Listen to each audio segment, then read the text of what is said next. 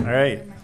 This is the Thursday, May 3rd, 2018 Parks and Recreation Commission meeting. Got some echo here. Okay. Call to order. It will do the Pledge of Allegiance. Commissioner Jacobson, start us off. Ready to begin? I pledge allegiance to the flag of the United States of America and to the republic for which it stands, one nation, under God, indivisible, with liberty and justice for all. All right. Good evening. Really loud. So we have a new commissioner, Commissioner Taylor. Would you like to introduce yourself, and then we'll do roll call after that? Susie Taylor. Thank you. Would you like to say anything about your interest in the commission or your background? I'm just happy to be here and absorbing all the new information. Okay. Well, welcome aboard. Thank you. So we have a full commission for the first time in a while. Yes, we do have a full commissioner, except for tonight we have two absent in commissioners attendance. that weren't able to attend this evening. So Okay. that's Commissioner Comerford and Murphy. Right. So speaking of that, we'll do roll call right now. You roll. All right. Commissioner Taylor. Present. Commissioner Gilbert. Here. Commissioner Jacobson. Here. Commissioner Ittner. Here. Commissioner Firestone. Here. Or Chair Firestone. He's here All as right. well. So we have lots of people here tonight. So we're going to change the order a little bit to try to accommodate the folks who are here. So item number 5, which is the police department report, we have Deputy Smiley here. So we're going to move that forward so that Deputy Smiley can get back to work. Thank you for coming. Yeah, no problem. How y'all doing? Good. So I was asked by the captain to come over here and just kind of talk about the vandalisms that happened recently over at Libby Park and Arcade. We don't know who the suspect is. However, there were various vandalisms in the nearby areas as well on vehicles and signs and stuff. So we're actively searching for that person or people. It's possible that it's juveniles. Possibly somebody with a white backpack, so that would stand out. Other than that, we don't have any other information. We're working on surveillance as well. The things that were written were pretty derogatory, but one of the vandalisms that occurred in the arcade bathroom is kind of indicative of gang behavior, so we're looking into that as well. So other than that, that's all the information I really have. I don't know if you saw photos or if you actually saw the vandalism. I don't know if you want me to repeat what was written, but I'm open to any questions you may have. But was this this all happened at once, or it's been ongoing? It happened over the course of the weekend with the tennis event. So I know that one of the comments that was made was aimed towards tennis players, and it was derogatory. So that's where we started seeing it, was over at Libby Park. So it was all spray paint, black spray paint. And it was mostly on the lower Libby courts. Lower Libby, and then there was a sign, and then from what I saw, because I'm actually not the deputy investigating it, there's a couple deputies that have been literally just have one report going and just adding onto the report because there's a lot of victims, aside from the park and the arcade. So I'm not quite sure exactly all the areas, but those were the bigger areas, Libby Park and the arcade. Anything else of note? No, if you have any questions, I'm open to them. Otherwise, unfortunately, that's all the information I have right now. Just we're searching for the people and looking into getting better surveillance and hopefully putting up new cameras too. So. Any questions from the commission? No. Oh, regarding the spray paint, I don't want to compromise an ongoing investigation by asking any more questions regarding that, but is it cleaned up? It hasn't been completely cleaned off. They actually did it on 2 of the court, spray painted directly on the tennis courts, on the lower Libby courts, not the upper. And it hasn't been cleaned off yet because we're still trying to figure out what the best methodology is to get it cleaned off. So I actually of course, they went out earlier this week to try to take it off with some graffiti remover, and it wasn't able to take it off the tennis court surface.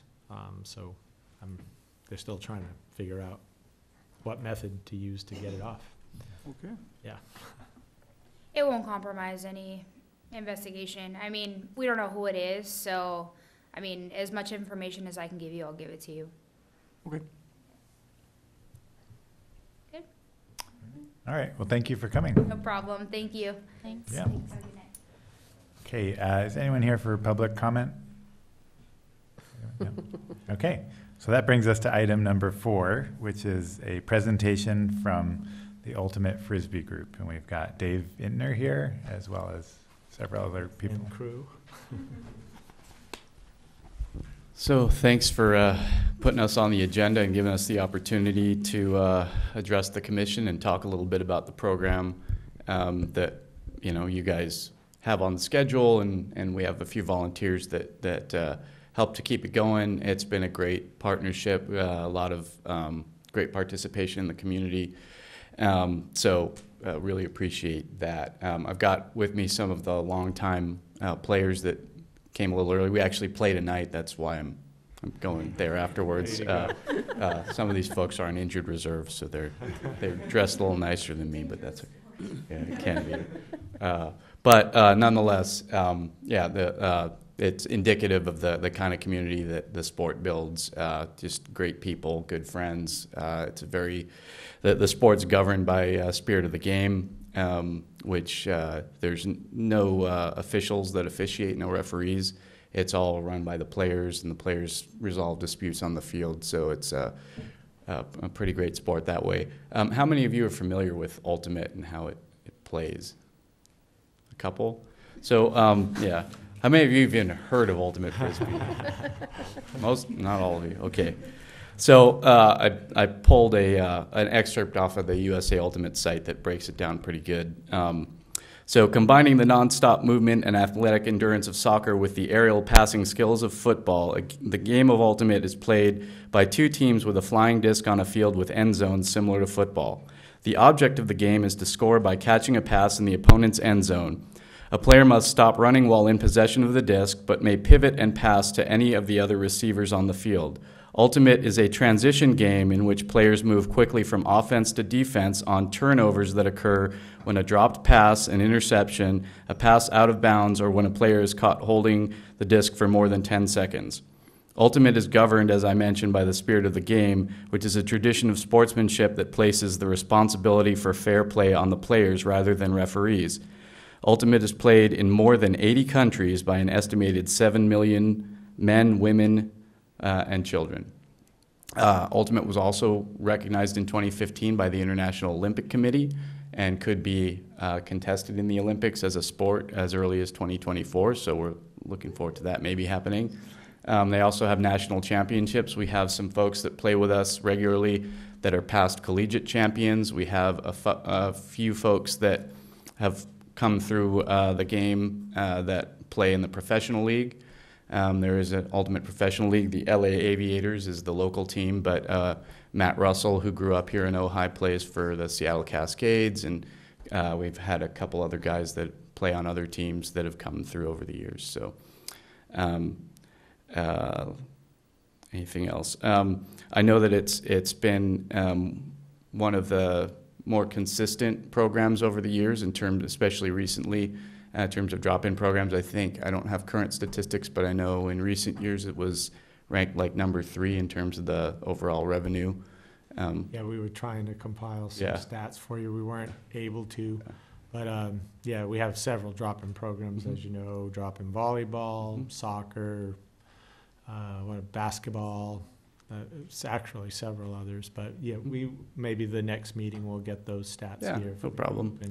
But nonetheless, it's the important thing is it's just a regular weekly thing. We all look forward to it. We all look forward to playing together, the exercise, the social camaraderie, and everything. I don't know if you guys want to add anything.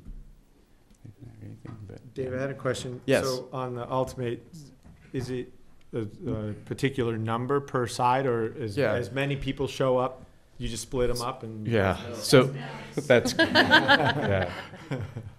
The regulation would be 7 to a side, and that's what we usually can get to there. Some weeks will be 5 a side or 6 a side, depending on the numbers. Sometimes we only have to play 4. So, with drop-in, numbers can come and go. But if you have more than 7 to a side, then you have subs, which is actually preferable because it is a continuous action sport. You're constantly running. So things can get a little sloppy if you have people out there for an hour and a half or 2 hours running constantly. Yeah, it's good to spell them. Yeah, And it's for all different skill levels? it is. Yeah, we've had folks that have come out, never played before, and it's a very supportive atmosphere. So we have folks that are very skilled and highly competitive, but we accommodate all different levels, and we do a good job of kind of pairing people off because it's man-to-man coverage, so we try to make the teams even, and then people of equal skill levels will cover each other. And you said you compete on a team in other other venues, or have actual like I fields said, and lines. And So this game's been going for about 15 years. Early in that, back when I was a younger man, we had a team that we had put together that went to a few tournaments. We played in a tournament up in Santa Barbara, one down in Los Angeles.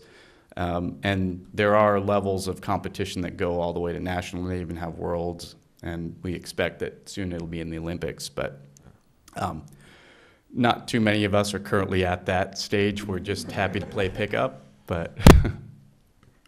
But it is. But there's like you mentioned, a few of the rules, but they're pretty probably concrete rules and concrete field, not concrete. Yeah, right. Yeah. Well, legal. Yeah, late in the summer, the field can feel like concrete, but legal field size, dimensions. Correct. It's about 45 yards wide by 75 yards long, or 70, and then the end zones are 25 yards. We actually play on a smaller version of that. Partially because that's our speed, and partially because that's what fits between the infield and the parking lot. Right. Right. Yeah. Okay. And again, sorry, what were the times? When do you meet? Oh, yeah. So it's every Thursday night, 7 to 9. So we're, like I had mentioned, we're going to be going there afterwards. And this is our night for our game. And in fact, if your meeting gets done early and you're curious to see the game in action, by all means, come by the field and take a look. It's pretty fun to watch, too. Yeah. You guys a while ago did clinics too, haven't you, over the years? Yeah, so we did. It's been a while, but we did do a couple of clinics. We actually did a league one year, and we did a youth drop-in for a brief time as well, where we had maybe about 8 or 10 kids that came for a little while. And yeah, so we've done it in a few different formats over the years, but yeah. And it's a $3 drop-in. That's Yes, right? that's correct. Yes. Cash or check. We don't take credit card out on the field. That's Yeah, it's always cash. yeah. Always. Change. Yeah.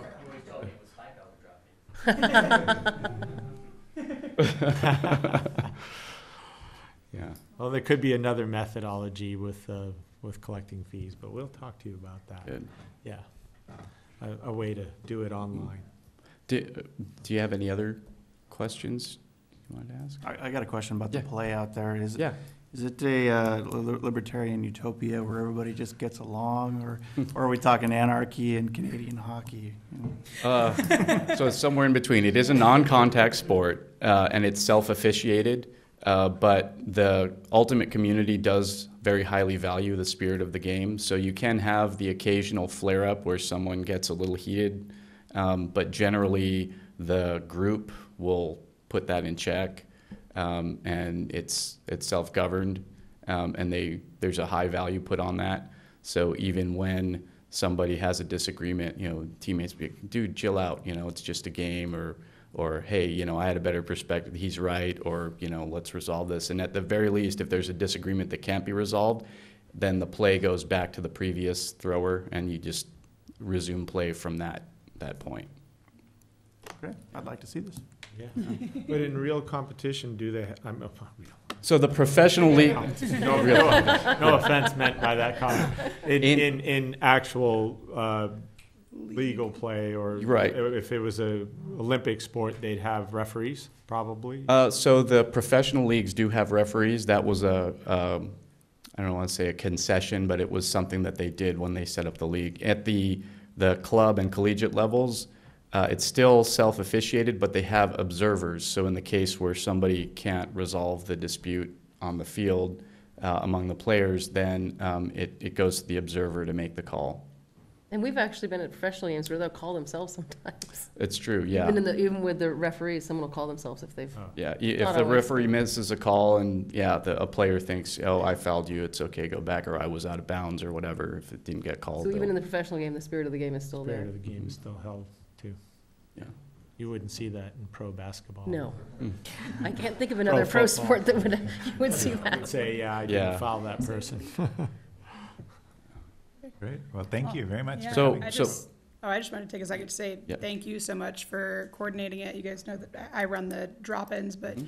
theirs does not take much coordinating on my part, and that's largely due to his part. So I really appreciate it, and all of you And- guys that help out when he's not around. And And I have to give Rachel a big shout out because she does a huge job in helping to, kind of coordinate things and set up the field and it has been one of our most consistent drop-ins. We try to start other things from time to time, and it all revolves around having a committed volunteer and committed people to it. So we're very grateful that you guys show up and make it happen so we can offer it to the community. So Well, we're happy to do it, and we did bring a token of our appreciation for the 15 years. So as I mentioned, we did have a team that competed briefly for maybe a couple of years at a couple of tournaments. And at that time, we had some discs made that we just, shared the costs, and we had a print run done. So there's only a few of these left, the Ojai Ventura Sidewinders Ultimate. This goes back to like about 13 years. So we went ahead and had everybody sign it, and we wanted to present this to the park staff as a token of appreciation for all you guys have done to keep this program going over the years. All right, well, thank you. Field and to have that space, so, with the lights and everything, it's really great, so thank you. awesome. You're welcome, thank you. As Allison said, we appreciate it too. You You can pass. take it. No. I'll take it. I'll take it. I got it. Well, we'll probably honor it with letting our campers use it for the Oh, games. that's going up that- in my office. Oh, yeah. Well, I don't know. I think it should be used. We'll let the yeah. Just, you can Let our never summer leave home campers without one. have at it. When we play, we do play Frisbee Golf as one of our activities, so it's not the actual disc they use for Frisbee Golf. We do our own version of Frisbee Golf in camp. If you want somebody to volunteer to run a program for disc golf, this guy right Disc here, golf, yeah? All right. he's our local There are a lot of very expert. interested Uh, Frisbee golf players. Yeah. Disc golf, yeah. That's another up and coming, or I don't know if it's up and coming, but it's another popular sport. Yeah. It's here. It's here. Yes, Lake Casitas actually has a very well-known course already. Yeah, they do. All right. Well, thank you very much. Thanks for coming in, you coming. guys. Have fun tonight. Have a good game. Okay. Mr. Grant is not here yet, but he is coming. He's not, we talked about 6:15. I said Okay. but he'll, Good. All right. Well, he we can. plans on being here. So we'll come back to Public Works. We have a few things to talk about there.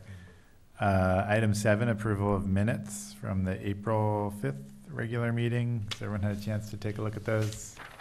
Briefly. Okay. Any edits? No? Okay. Do we have a motion to approve them? I make a motion to approve the April 5th, 2018 meeting minutes. I'll second that. Okay. All in favor? Aye. Aye. Aye. Anyone opposed? Okay. Approved. So then the discussion items, so 8A, this involves Mr. Grant as well. It does, but I can give a little talk about at least estimates on revenue and expense for fiscal year. It will be very brief. Okay. On So I don't have, unfortunately, any hard numbers for you at this time. I'll say that in 16, 17, for those of you who are somewhat new to the commission or first time in the commission. So the previous fiscal year of 16, 17, so as most of you know, those fiscal years run July 1st to June 30th. That's what we consider our fiscal year. So in fiscal year 16, 17, the recreation brought in revenue of $630,000, 631 if you're not rounding down or up. But we had an expense of just right around $1 million. So as some of the commissioners know that have been on the commission for quite some time, we are also funded from the subsidized from the general fund, $370,000 a year. So we basically, if you want to look at it this way, we broke even last year with expense to revenue. So we pretty much cost recover 60 to 65% with our fees. And that's I would say there isn't any typical. I think I told you at our last meeting, nationally, the national cost recovery for recreation departments is 30%. Some are higher, probably higher than 60, 65. Some are maybe even lower than 30%. So there isn't any cost recovery standard, if you will. But that's where we are in cost recovery, about 60%, 60 to 65% annually. I don't see us reaching that 600,000 mark, and I partially due to one of our bigger programs, CrossFit, that we had last year that we don't have this year. So the CrossFit program decided to start their own private business, so we don't have that program, nor have we replaced it. Few other things. So the other budget concerns we have are the rising, minimum wage increases. So this year, starting with this summer, we're raising and not significantly, we're raising our day camp fee by 4%. And we're going to raise gymnastics fees, or we raised gymnastics fees 5%. When basketball season rolls around again, we'll do just under a 5% increase. Our basketball fees were $95 for this season, when we'll bump it to $100 next season. So we're going to do it in small increments, but due to the minimum wage increases that will be happening each year now, minimum wage will be $12 an hour starting January of 2019, and then $1 each year for the next 3 years. So it'll be 2021, it'll be $15 an hour. So we're going to have to make some adjustments in our fees because of it. I mean, I don't see us doing 5% every year across the board, but I do see us needing to increase those fees slowly, incrementally. So that's really all I have in regard to budget right now, but I'll give you hard numbers next meeting with where I think we'll finish revenue-wise, where we'll finish expense-wise in this fiscal year we're in, and then where we're headed in 17, 18, 19. Okay, sounds good. And we now have Mr. Grant here. Thanks for coming. Hi. We have a couple things to talk to you about today. Should be fun. Two's limit though. Yeah. All right, we'll limit it to 2 items. Sure. So let's see. Are these actual agenda items? Yeah, I guess we can start. So Sorry, Yeah. I was thinking the capital improvement, or wherever you want to start. Right, I was gonna suggest the same. Okay. If we could start Were with the questions regarding the capital improvement, or are they something else? Yeah, so the two items to discuss for everyone, one is the CIP, the capital improvements, and the other is the multi-sport courts. Okay, Um, right. Do we hit them? I don't know if you had agendize them or anything like that. Sophocles, What's or- that? We're in budget review right now, so So that's just go capital through the. improvement. All right, so go through the CIP. Yeah. Yeah. Yeah. I got a copy. If we can pass that, everybody gets a copy. Thank you. I guess we want to give one back to Councilman Blatz if he's interested. Now, when you do that, can you hit the AC too? I don't know if it's me. Come on. Is this as a fan? Yeah, fan. So many things. I'm a fan.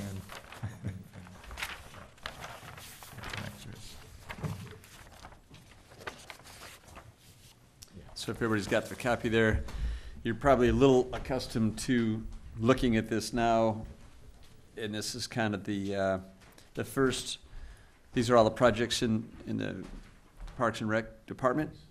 And some of these in this format, I guess it was open and some are shown as done. Sometimes we collapse this when we do a final presentation. But, and maybe that's helpful to remind us we are making progress on things too.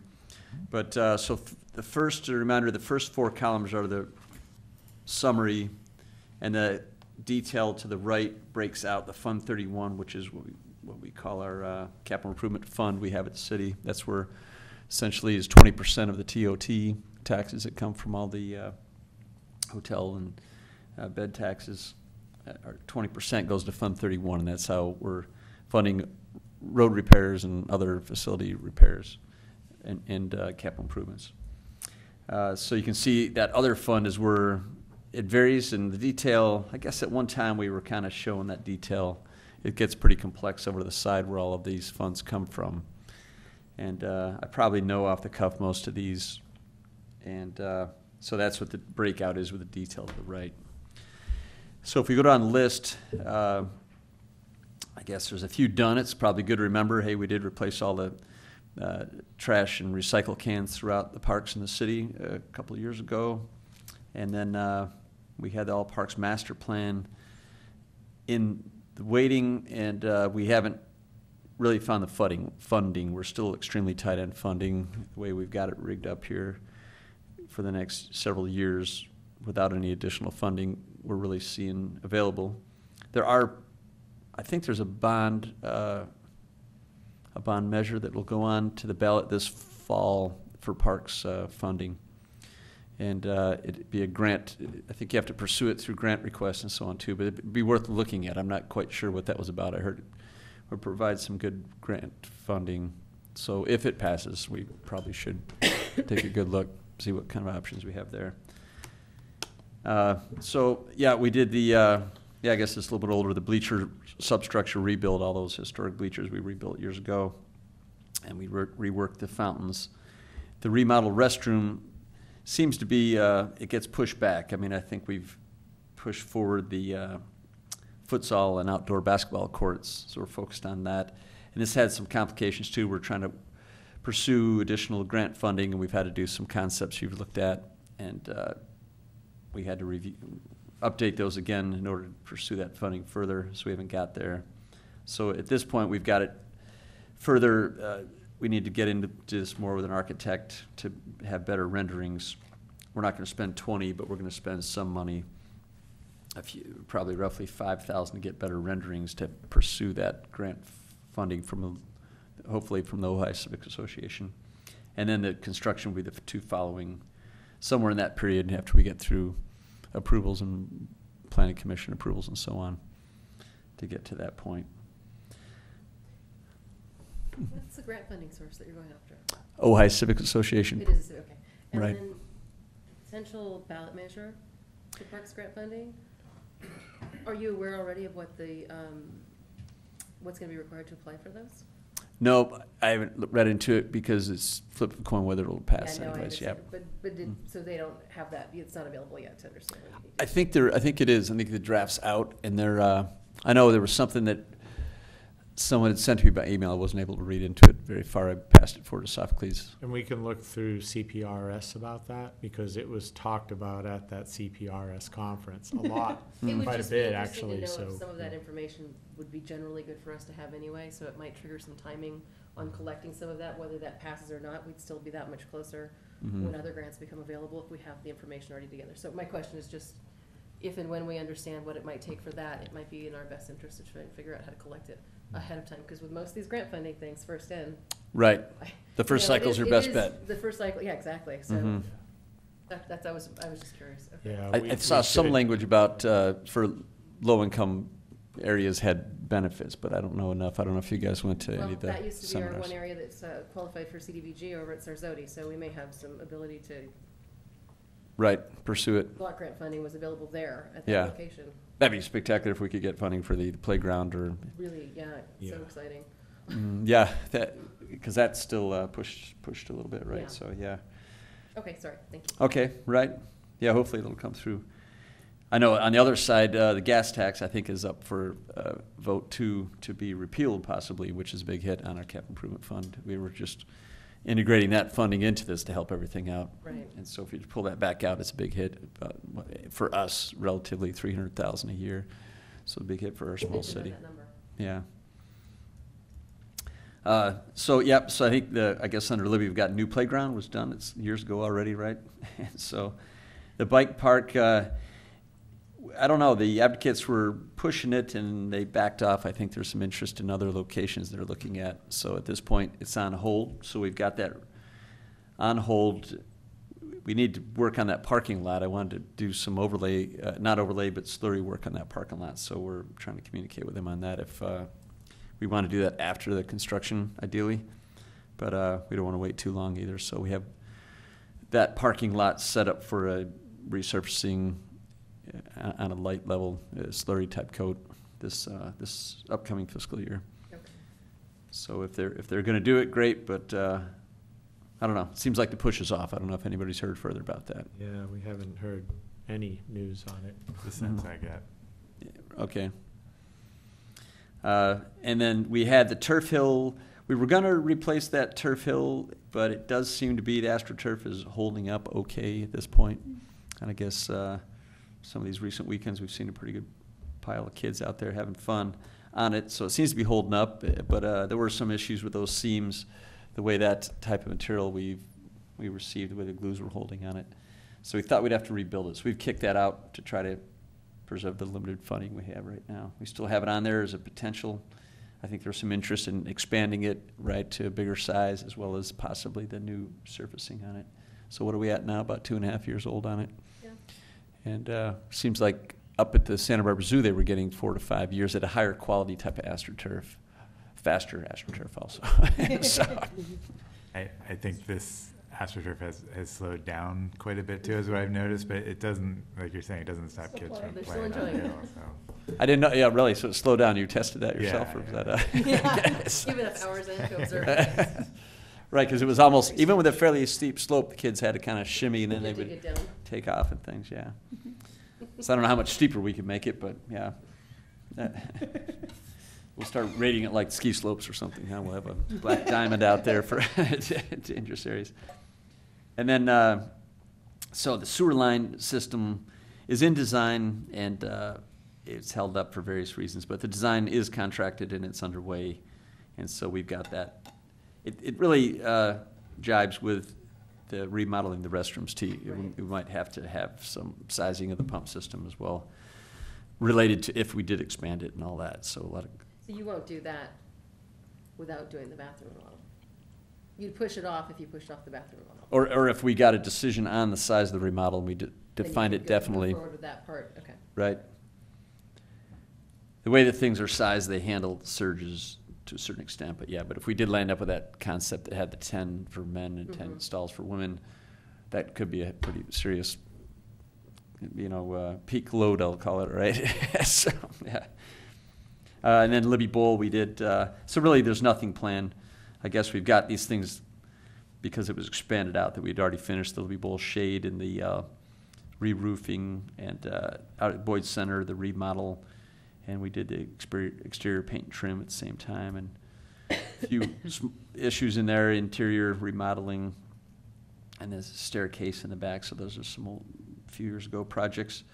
And then we've got the Boyd roof. I don't know, but I know that's a hot one, is getting that roof repaired, so that's on the budget for I'm this year. not, the multi-purpose, was that the one you're referring to? I'm under Boyd Center, the flat flat. section on Oh. the Boyd Center. Oh, okay, I was still, I'm sorry, I was on Libby Bowl for some reason, multi-building re-roof.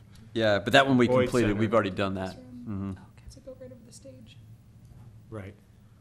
So, and then gymnastics equipment, I guess that's on the line for some reason, but it's, that's all. It says it's done, but we haven't actually purchased the. Oh, is that right? I equipment. thought you guys were doing a purchase order on that, didn't you? No, we haven't done it, you know, they wanted to replace the main floor, the mat, the big roll-out floor. But remember, it hit that $10,000 threshold, and we would have had to surplus the existing floor, so we still haven't made that purchase yet. I see. I know the money existed, I know it was a $10,000, it was a $10,000 amount that we were allotting for gymnastics equipment replacement, but that the gymnastics floor still hasn't been replaced So we yet. need to show that on this CIP? We probably should. It probably should hasn't been still be spent, on but there. it It hasn't was been spent. 17. Right, okay, good, It good has not. thing, good catch. It has not been spent. So- Okay, I remember there was a little discussion, so, and, are you saying you need more than 10? No, I'm saying it is 10, and I thought because it hit 10, we had to, go to 3 different vendors and the floor itself, and then trying to surplus the floor, we had to public notice that as well. Right, that's So- standard procedure, yeah. Huh. Yeah, so we kind of had a little bit of a delay because of, first of all, because that's such a specialty type of floor. Vicky was telling me it's hard to find 3 vendors Well, if you can't find of 3 vendors. comparison. I mean, just to Sole source. clarify that, you just need to, Yeah. yeah, you There's not could, too you many could recommend a sources. sole source, exactly, or you could even put out our request for bids, and if you get one quote, that's good enough, you move ahead. It shouldn't slow you down. Okay, Mhm. yeah, so I guess you and I have to talk about the Right. process of purchasing, but also the process of surplusing that floor, Okay, and what that takes. okay, What does surplusing mean? Selling it. Selling it. It's just a process you Basically. go through. If over a Sell- certain value, you have to. Okay. Yeah, and that, if you're, I don't know what a used gymnastics floor, obviously new, it's about 10,000. Mhm, mhm. But what a Used. used one, what value it has, I'm not sure. I think it's the noticing that's important. Right. Right, And yeah, then it's just what a, you get for it is what Right. the market will bear. Right. It's an Right, auction, exactly. usually. if you get a Auction quote at bid all, based. yeah. Yeah, It might sell for $1. right. Yeah, and she was talking, no one's, probably, someone's not gonna come and, I don't even know the dimensions of that floor. It's quite large. I can't imagine someone coming in and purchasing the whole floor. And I think in the past, we've, sold it in strips, pieces. But that shouldn't hold you up. None of Yeah. those things No. are, It shouldn't, it yeah. has a little. Yeah, you recall, for Libby Playground, we advertised that, we had to surplus it out. Yeah. And we landed up with nobody offered money for it, even for the scrap metal, but we just had a few proposals and who could work with the time frame, and it landed up out at Montessori Montessori. school. Yep, you Yep. can see it as you drive by. Yeah, right, right. Kind of So- nice. Yep, they used pretty much all of it, yeah, so. Yeah, it's not something they're desperate for, but they're excited about having it replaced, and so I guess, Yeah, between you and I and figuring that out. that's true. So helping- we're trying to do that, prioritize things too. So I guess going on there, we've got the, down to underneath Sarzati Park, we had a few things were finished, right? The restrooms were replaced, the picnic area canopies shelters were installed. The trash enclosure was installed at the same time. That was all dedicated early last summer, right? At the open house? Yeah, right, okay. Almost a year ago, okay, so about time for one of those. And then we did want to get this one, the field one, light poles have been there. It's kind of a B priority, and we'd like to get it done. They're wood poles, and I know the woodworkers have done some work on them, so we'd like to get those moving. So we'll request, see if the Ojai Civic will help us on the light poles. They showed interest before but hadn't committed, as well as the outdoor basketball and futsal courts, which are number one. And I think that's probably the primary project, I think, for this this year. And trying to think of how, yeah, okay, we have this. I think the way that works is we actually have $120,000, maybe $122,000 budgeted. So I need to make sure. For what? For the outdoor basketball and futsal court. So it's not the It's 70. not reflecting that. I Okay. think what happened is the previous year dropped off the list. It was, we have some work Right, that was underway there this that year. hasn't been spent, that, okay, all right. Right, got it. so I gotta make sure we update that. So it's about 122,000. So, sorry, back to the gymnastics, Uh-huh. that's still open. That CIP is not complete, we're just not showing it here. Right, so I'll roll that forward as well. Right, I was under the Roll it impression forward that or you guys. close it, or close it out by, if you can.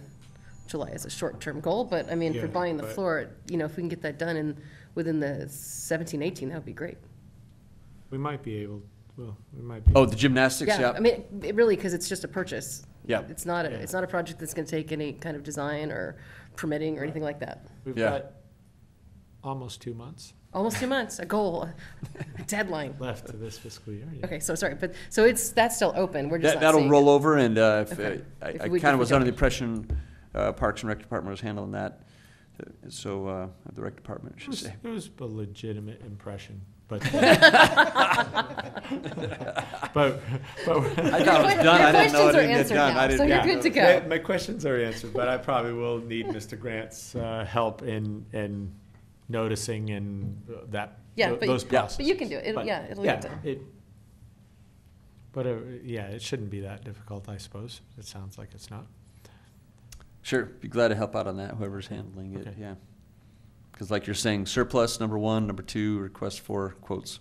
Yeah. And if you get, and it can actually be what's called a request for, quotation or services, because the quality varies heavily, and Between- it's yeah. hard to specify the exact material. You can really, It- we'll go yeah. into it, but you can specify that brand and that equipment anybody can provide, or equal, if you don't And think that, it's that's equally. what that's what gymnastics staff is saying. It's a very specific type of mat they need. They know what they need. Yeah, Yeah, and there's not too many companies that put that out. Okay, sorry to roll us back to That's that. I all just wanted to be clear that we're still open on 17, 18, Yeah. and things still can happen. it'll Okay. roll forward, absolutely, yeah. So I think that's the skate park lights were done last year also, which was good news, and that should be shown as done there. And that was, the city did cooperate, but as people know, the skate park group took the lead on that and did a great job. And the lights seem to be used quite a bit, very popular out Yeah. there. Yeah. Yes. And then we also put the Daily Park signs out last year. That sign, some of the neighbors thought it should be a private park. They didn't didn't appreciate making it public that it's a city park. There's a lot of traffic there, even without the sign. I don't think it made a big difference. You're right. It's pretty much a local isolated park up there. And I guess our new playground's out a few years. We just have got a real crunch going on with the CIP, but with these projects, the reality is, as much as we hope, we're going to just crank through these things as fast as we can. We've just got, for limited staff and resources, we don't have the funding or the staffing to just knock them out in reams every year. So I think we're keeping priorities moving through like this works. It comes up quick. Yeah.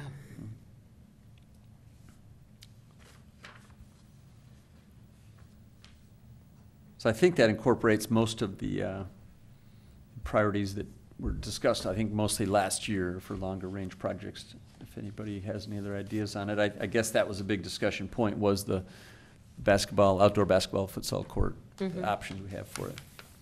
Right. That's the next discussion. Been our top priority, yeah. Any questions on this from any of the commissioners? Okay, well, thank you Okay. for bringing this. Okay, should we move on to the multi-sport courts then? Sounds good? Okay. So briefly, I know last month we gave an update that Commissioner Murphy and I had been out there with a lot of the rec department staff to kind of mark out the area, and we discussed a little bit about kind of footprint and fencing, all that. Since then, the staff put out PVC pipe, vertical pipes, so you could kind of see the footprint. I don't know if commissioners had a chance to see that while it was there, so you have a good sense both of kind of the footprint, also the height, because it would butt into the outfields of the softball fields. You know, the fencing would need to be about as high as those poles were. Right, on that side, adjacent At to least on the two sides Yeah. that are kind of facing a baseball, softball field. So with that in mind, then we had a few different designs drafted. One thought was if that's too much space or just too crowded in there, to just do one court. And so there's a bunch of different options in here. Looking at doing the two courts as were marked out, doing one court that you could add a second court to later, or just doing one court that's kind of more centered. And so that's what this is about. And so we got some of these documents, I think last week, and then some of it came in our email today. But that's what we'll be talking about today, is kind of what's come out of this process. I have a question. So for the second one, it says 2 courts at once. It says the least expensive way, but at the estimated cost, it's the highest one. So how?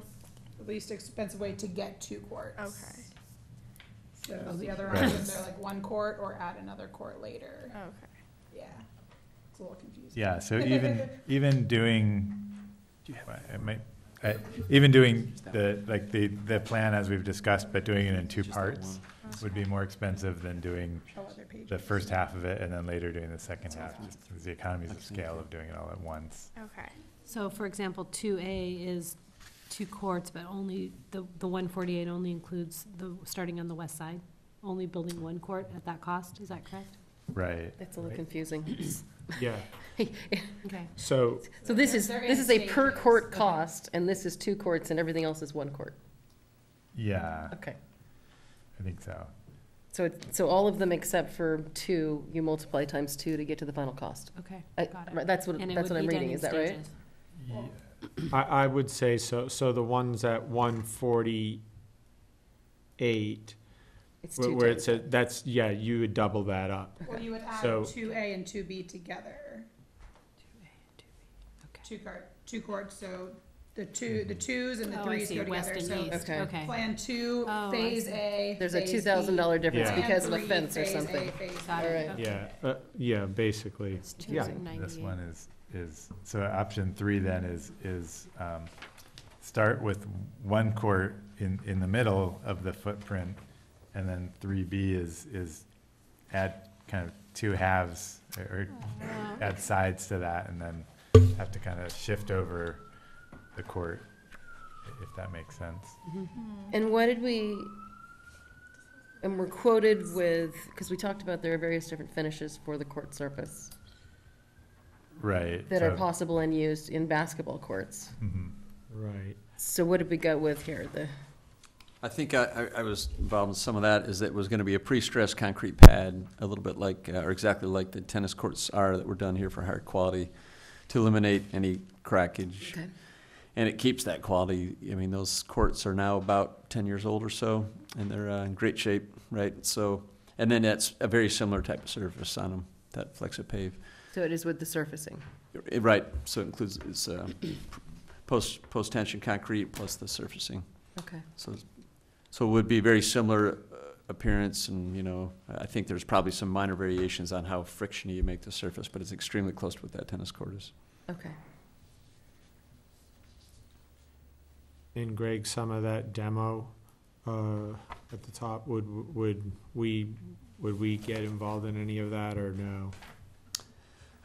Not much. I mean, same thing. I think it sounds like somebody who's interested in the Quonset hut or whatever, so we Yeah. might surplus Right. out the Quonset hut if they think they can pull it apart and reconstruct it. Good for them. That's great.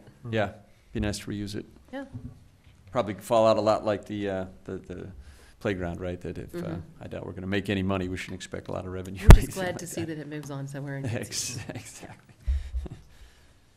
So, I don't know, Mr. Grant, if you want to talk about any of the technical issues that have come out of all this scoping.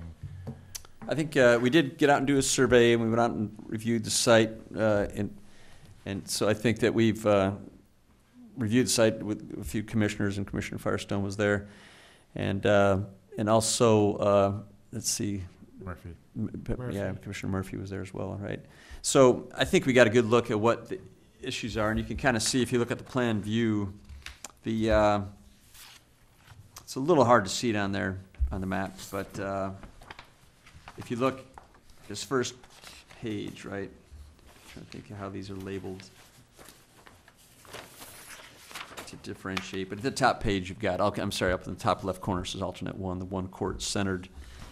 And you can see at the bottom, the south end, you can see where it says concrete Quonset hut. You can barely see it. It's a little shaded in the lower right-hand side of where that court is. So that's where the Quonset hut is to help locate you. And then the parking lot limit goes off to the left a little bit where the sidewalk dips down. That's the sidewalk off the end of the parking lot. And then you can see existing asphalt. They've got a label there with a curb. So that's kind of where it is. And there's some bleachers right there shown. So all that surveying is accurate.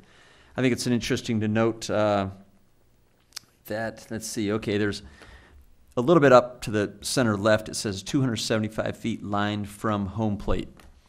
So I think Sophocles and Jeff have been ribbing each other about how many balls that actually make it out to that 275 line. But I think that's kind of an official designation for baseball fields. And that's that corner, not the, That's that point, that yep. point right there is Uh-huh. 275, okay. I think they're extending it out so the two. So this approach has a lot of advantages because I know if you do the two courts, which we really don't have the funding available to do two courts anyways, but if you did two, you could push it right to that line, and then and then if somebody really knocked it out there to the 275 line, they would be right up against the fence at the courts. This gives a little bit of room there. And you can see on that scale, there's a graphical scale there. So it gives another 30 feet or so from that 275 limit up to the courts.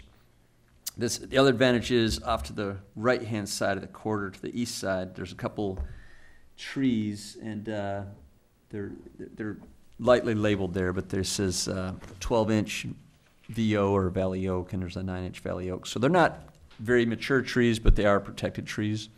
So this approach avoids the two trees, which are nice for shade if anybody's out there watching the games or otherwise. You got someplace to hang in the shade. And of course, to the north is that huge Valley Oak, and that thing is actually designated as a heritage oak. There's only about a dozen in the city that are designated that. So it's a huge, 4 or 5 foot diameter tree, a few hundred years old. And so that you can see the drip line of that as well, right? We're missing that and avoiding it. So it does essentially involves removing the Quonset hut to the lower right of the court, and then it preserves the trees, and then it's got what's required now. There's a municipal stormwater permit that we have to operate under, which is the county's a primary and we're a sub-permittee. And whenever you add a certain amount of impermeable area, you have to have these biofiltration, infiltration devices off to the side, even though we obviously have the huge field around it. So that's a detail to the side there as well. It's basically kind of a soft slope trench with infiltration material underneath it, which grabs any water that might run off the court and make sure that it's held there instead of running off the site quickly. So I think that one, anyways, that's alternate one. That's where you call it centered. Oh, and two, I don't know, Sophocles, I didn't get to look at these. Okay. Greg, that's the interceptor ditch? Yeah. That would go all the way around the court? It's only on that one side. Oh, okay. And then there's the bioswale for drainage and infiltration. What does that look like? Oh, so sorry. Yeah, the interceptor ditch is around it, all the way around. A very minor ditch just to capture water as it comes off. But on the ball field side, that's the bioswale that's required by those permit requirements. So it's got a more special cross section where it promotes infiltration of the water, capturing the water. Okay, so that's kind of additional footprint that, would that interfere with baseball, softball? If it's Let's see if there's a detail on that. It's a really mild swale. It'll be roughly 6 to 8 feet wide with a 6 to 8 inch dip in it. So it's a very soft, easy to walk across or run across, whatever. Okay. So I don't think it really, if they knocked it out past that 275 line, which is under debate, Did he say something about putting in a French drain there too, where you wouldn't need that, or is that? we could look at some options on how that's designed. Mm-hmm. So we'll I guess when we get ready to get final, we'll look at the final design options on it, whether it's kind of that bigger open ditch, which you can, I think you'd be able to run across whatever just fine. Or if you do something flat with it's more rock surface that's highly permeable instead of focusing it in. It seemed like that had its issues, right? If you had a rock surface, then you might land up with rocks on the court. Yeah. That'd be hard. That'd be not the best. Not ideal. Right. Certainly wouldn't be ideal for the surfacing.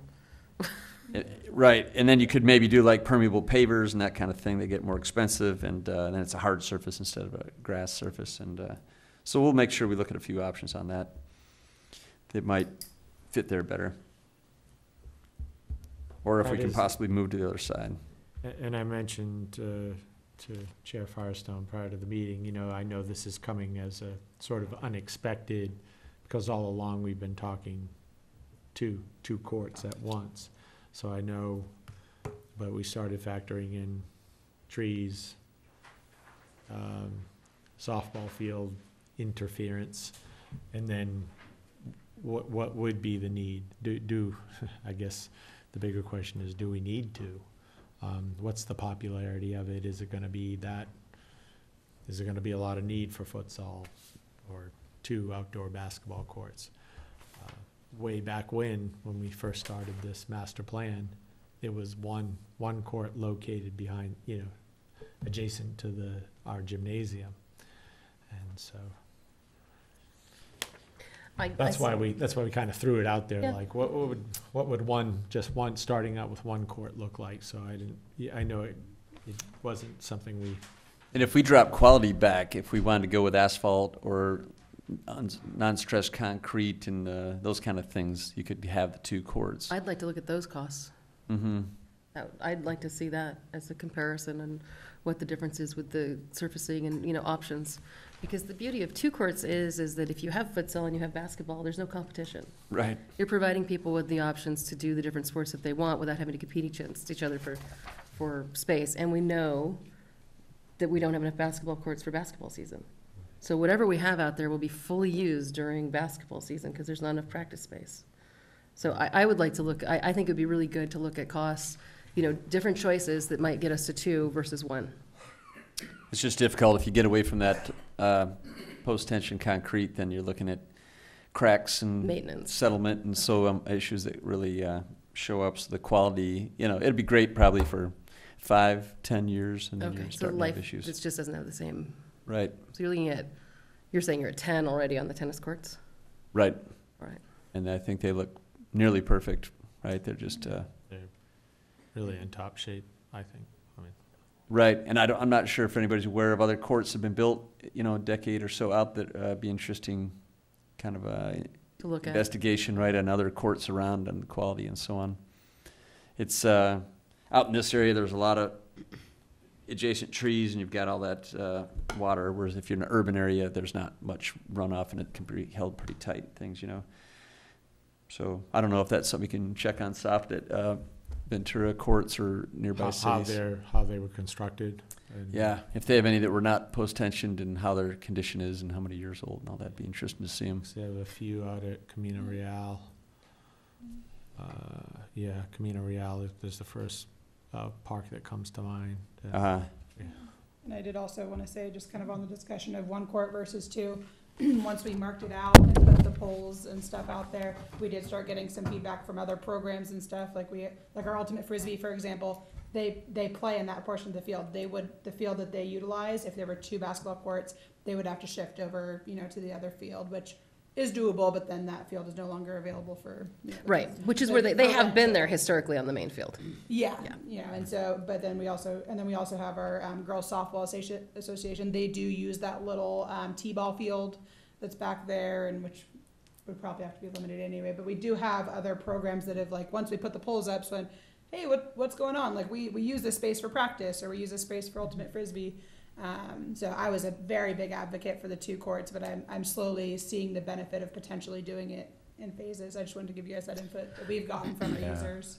I also, I think for me, kind of being out there and seeing it was a lot different than looking at it on the master plan sketch, and just kind of, I think aesthetically, I have concerns with the 2 courts because they kind of butt so much into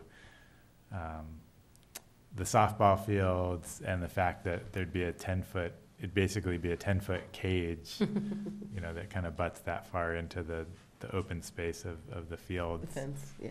So I definitely think it's, like, for that reason too, it's worth thinking about something with a smaller footprint in that. And you can see that, and if you look at alternate 2, right, that's the 2-court option.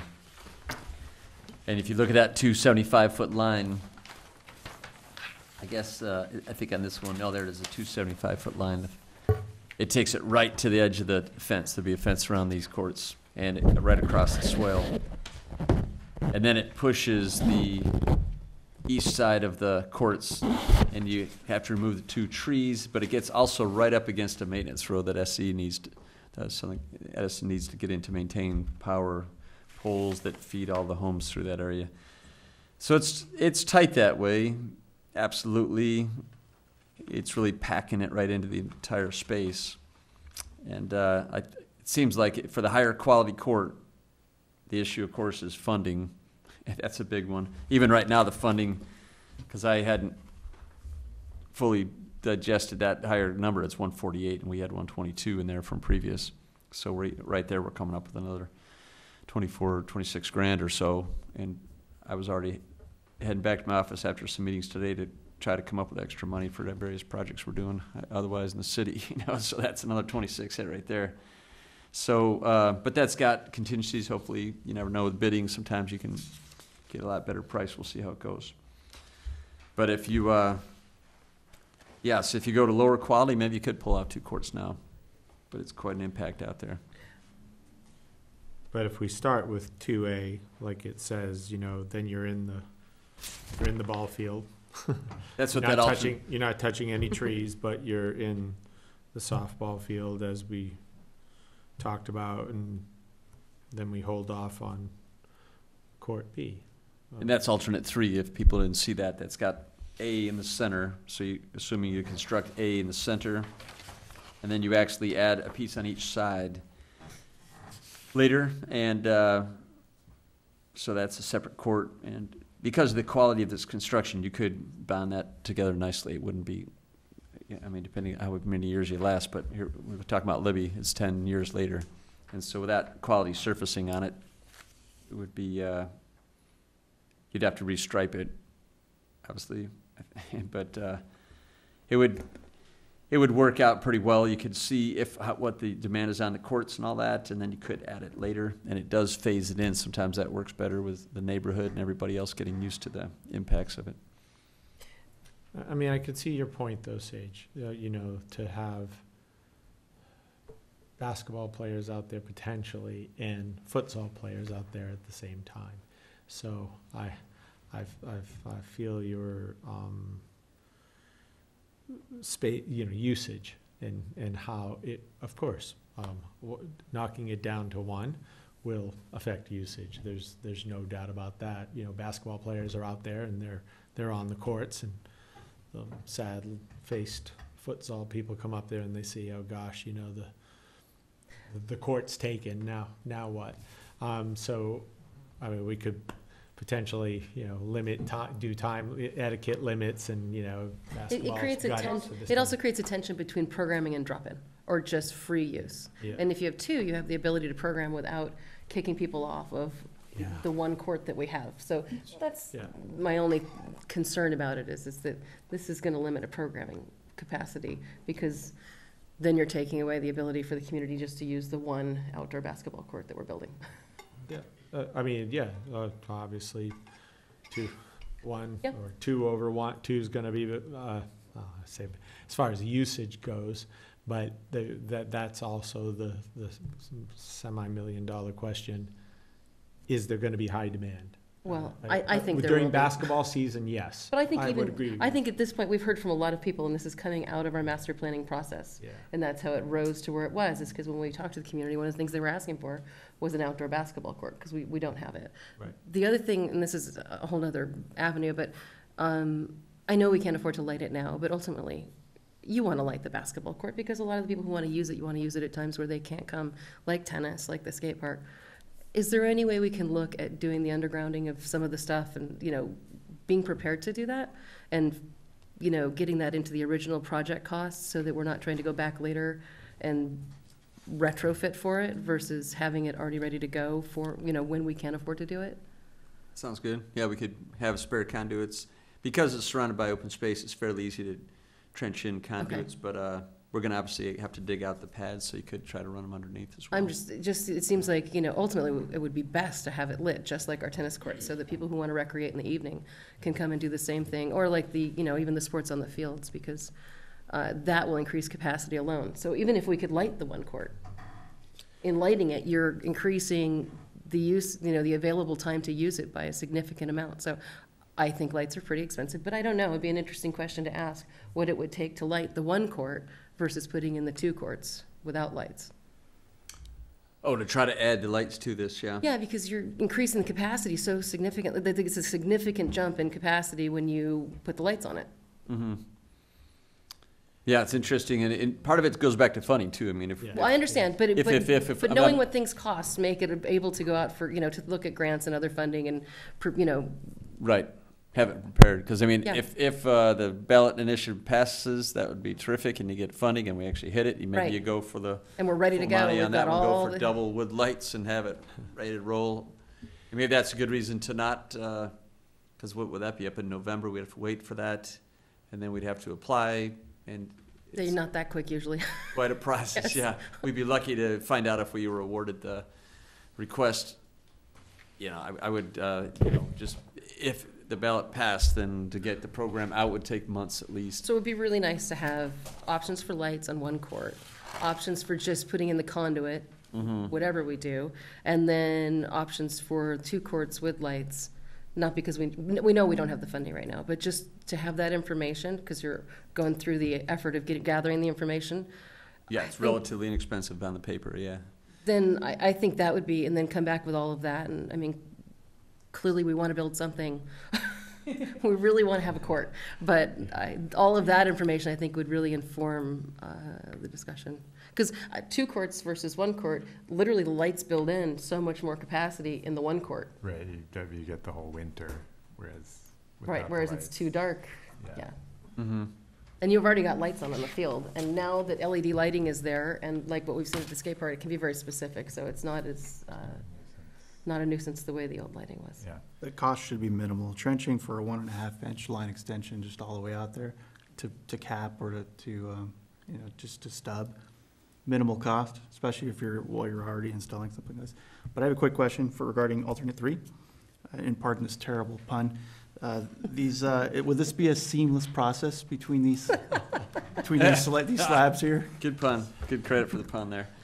I would say essentially, but maybe, because of that quality material, you can bond it and do a nice job on it. And how exactly the resurfacing would occur, they might have to trim back the surfacing, whatever foot, and then do a coating over it, which would make it virtually seamless. Virtually seamless. Yes. So I'm not going to promise you we wouldn't see a minor seam, but it'll be very good. Well, the quality of this stuff is so good if it's maintained properly, and that coating really protects the concrete, so you get excellent quality concrete. So, yeah, right, yeah, because you can imagine this going out 10 or 15 years. And so that's a good question. What's the further limit? But, judging on the quality of the courts right now, they're doing great at 10 years. So I'm thinking if there's something unusual about this, that we do have irrigation adjacent things, which could affect, some leaching or whatever we might consider some kind of protective coating on it, where it's exposed on the sides. But I think generally 10 to 15 years should be fine based on what we're seeing out there. But it does bring up this whole question about, the ballot initiative coming up. If it passed, I mean, if I guess we could, number one, wait and see if it passes and then pursue the funding. And then otherwise we could pursue, I think that locally we have hopes that Ojai Civic Association would be interested in supporting this. That would be ideal. And to what level, we don't know. They have done certain projects, a third to a half funding. And maybe we could pitch lights at the same time and they can say yes or no, but if we know what the costs are. Right. So we can go that route. I don't think there's much beyond, GoFundMe type of approaches, right? If you want to try to raise the money locally and all that and try to rally it. Tournament fundraiser. Be quite a tournament. Futsal club, yeah, I could get that going. So maybe that would, I guess that would still have it budgeted for next year, but we wouldn't move immediately to try to go in this direction. We would wait for November, and I guess we can't be political advocates here, right? But we can try to see if anybody wants to rally behind that initiative and get it supported. But at least we'd know by then. At that point, we could make the call. We'd have all the information. Right. Question I had on alternate 2, A is the west court, B is the east court. Was there any thought to switching that order, doing the east one first? If you do A first, you've committed to eating up that whole space. Right. Kind of my thinking. That's really good thinking, because that way you've left the part nearer to the park and the core untouched and moved to the outer outskirts, which even in the master plan, all that's planned around there is the path. And Yeah, that's whatever. good I think that thinking. was the one that impacted the trees, right? Yeah, Right. that's the downside. It also pushes us really close to the property line. But it makes But it- so much more sense in the master plan that we've Yeah. just adopted. Have we reached out to the public at all to see where they fall on acceptance of 1 or 2 or center courts with 2 added? I mean, where are we at with that? No, we haven't, but that's a great question, because that's one of the things I think we were considering at our open house, which is on May 19th. Maybe like a survey? Saturday, May um, 19th, doing some sort of, I know it was shameless, to do a survey at that time, at that open house. We do get quite a large contingent of people at the open house, soccer players in particular, because it's the end of the five-a-side program, and so we have a lot of Award ceremony. parents and soccer parents and children out there. And back to Allison's point about the impact on the playing field too, because while we were out there, we did get a decent amount of comments with what do you do? What's going on here? You're taking our field. So there was, while we are going to increase usage with the multi-sport courts, there could be some potential takeaway from potentially some of those other programs. And it doesn't have a huge impact on the playing field, I have to say. Especially as, Softball, no, but soccer. with softball, no. But with, again, drop-in ultimate Frisbee, Which used to be With- on the main field, which used to be on the main Five-a-side field. which moved to that field to accommodate. You are correct. They It's did. true. But it will affect soccer. Yeah. So we're putting futsal, Over soccer. soccer courts, Well, but we're I don't taking know. away It's grass a more soccer, complicated futsal. discussion than that, because It we're is. also looking at Sewell and what options do we have there, and do we have room for soft? I mean, we're looking at on a bigger scale and the whole system, trying to make it work for everyone. What they're seeing is that the way that they do it right now won't work. And I understand that, but it doesn't mean that we can't fit it into the larger picture of looking at a lot of options and trying to make it work in different ways than we do it now, and imagining that. And that's really the goal of the master plan. The master plan has a lot of change in it, but it adds a lot of features and becomes, it becomes functional in different ways that we don't have right now. So it's a matter of helping people understand that too. Yes. And so I think one of the ways for that outreach is to do some. See what they'll tolerate? We've talked about some sort of, we've talked about doing some sort of survey at the open house. Getting And I think feedback. that would Mhm. feedback specifically on this project. I think it would be a good opportunity. We probably can't get renderings by then, but that would be so nice. renderings a be lot of- more like an architectural. Yeah, because for a lot of 3D. people to try and look at this and get a lot of information, hard. it's a hard lot to picture. ask. I think it's hard to picture for me, looking at it and coming on board, Yeah. picturing the vertical, that Ryan and I had discussed, that it looks different on paper. But having that vertical rise is something to consider. We could look into a rendering, though. It'd be helpful, like you're saying, for the outreach at your day there. 2 weeks away. So Right. I think that if I understand correctly, the alternate A one court has no impact on the soccer fields or trees. It's kind of like a neutral, but it doesn't give us a lot of options unless we seam the things together with the three part, okay? Right. But then this A-B plan, I would agree that A puts us way out into the playing fields and the impact. If we just constructed B, to see how they're tolerated and how they're utilized, it would not impact the recreational soccer fields, but it would impact some environmental aspects, some trees, and is that it? Just the 2 trees? Yeah, That's the 2 only- or 3. So is there a plan that we could have just for one, is there a design alternate that's just for one court on the east side? That's what I was. I think the Only cost would be the- extremely close to what alternative 1 are. Okay. It's the exact same court. I'm trying to think of anything Sophocles. So you're saying go One forward with centered or 2B, one- go 2B first instead of one, alternate A, Right. Or even if you go as a single court, you just would do or B. alternate, just do instead B. of alternate 1, do 2B as I don't Chair know how large Firestone those trees recommended. are. I have to go out and, I haven't, They're- I mean, are they the type of trees that people are gonna rally to save type of trees?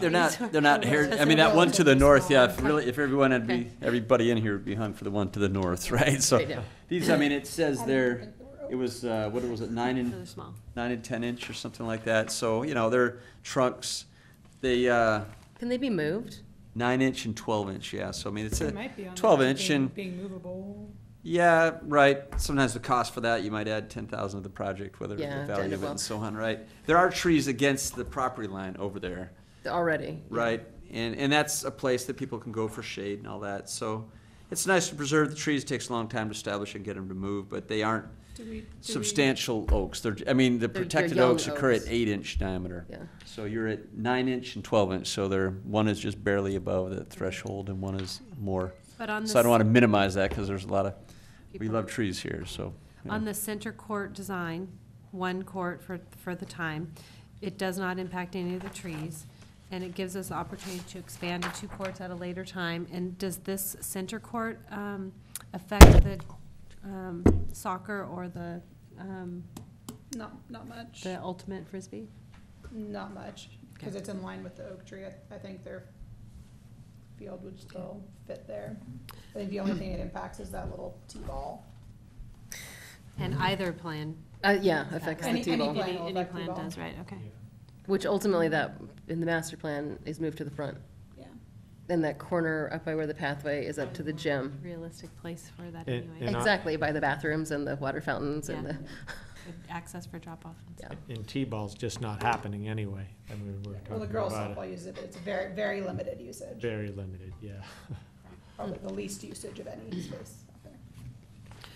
Well, So the- I'd like to see some public feedback on how they're feeling about it. I think sometimes you might be surprised on, what they bring to the discussion. Yes, well, we'll all be there for the open house on May 19th from 11 to 2. Well, you don't have to be there the whole time. Just need materials. What's that? We'll just need materials. Yeah, we'll need materials. We'll come up with some, Figure something out. yeah, if we come up with a more readable rendering for the public Yeah. to be able to visualize and understand and It- how they would feel about it. I think it'd be nice to reach out more broadly. Maybe it's exactly the same materials as whatever we show at the open house, but kind of the emailing and. Or I was the thinking about Survey even Monkey if that, we could Yeah. email and Facebook or whatever, and invite people to the next meeting if we're gonna discuss it there. Mhm. Here, but I think that we've done the Survey Monkey and do it on email, Facebook. Yeah, just try to notify as as many people as possible that, Put the city's website, whatever. I don't know what else, the city's TV station. but it sounds like probably the most realistic options for now are either that one court centered or one court to the east. Mm-hmm. And then hope and pray for the fall, that it passes The bond and that we passes, can secure the or grant. sorry, Right, and also observe usage and make sure that 2 courts is, what we want. Mhm. And I You do think have options lighting on would that, be right? You could create reservation system, whatever, if it was in higher demand, right? But it Especially does. in winter create- if we had lights. That'd Yeah. be really nice. So Right. nice. I mean, you would double your time opportunities out there. It seems like, what was the number they had on the skate park? It was something, well, they did LED Mhm. quality lighting. Can't remember. It's like I think it was 40. around 50. Okay. Yeah, 50 grand. And, And that's very specialized lighting. Ours Right. would be a lot less complex than that because they had to go to great effort to light all of the different elements appropriately. right, We're talking about a rectangle. yeah. There's no bowls or Right, it'd be pretty it's simple. level and flat. There's no Well, topography. we can't build anything without it impacting somebody or something. Mhm. Have we discussed whether or not this was gonna impact the neighbors, or if there's already complaints filed about? That'd be more. Haven't heard one word from the neighbors on Shady Lane that back up to those courts. So, Question is, do they know? Do they know? That's a good question. I don't They- know if Reached out to when they, the master plan was happening. Yeah. yeah. Yeah, Firestone and we discussed the master plan with a number of people last year at the open house, but nothing in detail with the corner it was just a rendering. It was Something It should done. have court near there. Right, it was done in Revit real quick, it's just very simple. Almost looks Yeah. like it was done in Microsoft Paint. Anyway, yeah, nothing detailed of this nature, so. I guess we could potentially put a letter out to them, Well, I think it would be good to have the options pretty Limited squared down. away and have a sense of what direction you're going before you do that, from my perspective. You don't want to alarm them if it's, Right, we don't want to With- approach with- this with either with, something, yeah. with, under the guise of saying, here's what we want to do. Oh yeah, this screws with the trees, and this is a good idea, and this, screws with the baseball field. There's going to be impact one way or the other, Yeah. no matter what we do. No, it's true. So, And even as it It's a pertains delicate to approach for neighbors. sure. Change is hard, but out of it, we've got like the Libby play. I mean, there are big things come out of some of these projects. Oh, We've got absolutely. Skate park, all of these came with some growing pains, so. Right, what I'm getting at is just not so much what the impact's going to be, more than the approach on how we bring it to the public. Right, and I think that's very important. Yeah. But a They should solid be plan notified at some point. No, absolutely. That's why and included, but maybe not while we're throwing it at the wall still. Right. Like, get to the point where we have Well, like two. One way or two the or three other, plans. Mhm. the lighting will affect that area. Yes, but the LED lighting will affect it much less significantly than the current types of lighting because it doesn't bleed. because it's directed. And that's what people need to understand, that LED lighting is significantly different than what they see at Sarzodi right now. Sure. sure. But yes, it will. I mean, I know if I was That's one part of of the the neighbors, education. I'd rather have kids playing and lighting than dark whispers. In the back and- corners, yes. and the smell of something Behind in the the air, Quonset, yes. in that corner in the middle of the night. That's what we do get comments about. Right now. It's Right. behind the Quonset, yeah. Yeah. So it sounds like Dark, at this undesirable point, area. next steps is really getting some public feedback. As far as for Mr. Grant, do we have, there's some requests about, I'll push through the renderings to try to see if we can pull off something to make it more visual. If nothing else, I mean, a minimal case would be to color these up a little bit so Yeah. it stands out a bit. We could highlight things to be I more would say if we're readable. concerned about the Valley Oaks, you might want to make them more than a circle that says VO. Right.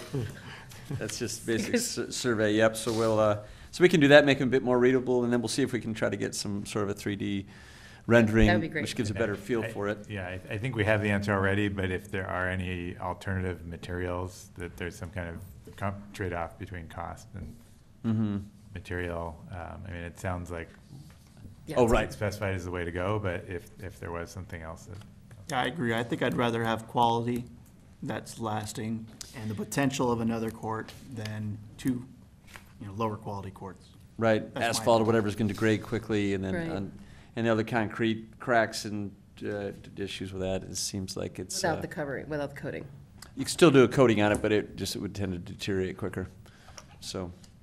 But this does give a pretty good picture, I think, for neighbors and so on, depending how we present it more, but it's one or two courts in that corner. That's got to pretty tightly controlled about where it's going to be to avoid the baseball field and stay away from the perimeter road and away from the tree to the north, so it's a pretty tight spot in If we're general. going to do a rendering too, I think a bigger perspective is helpful for a lot of people. A lot of people will Bigger not be able- size. Well, to see it in context of the park. Right.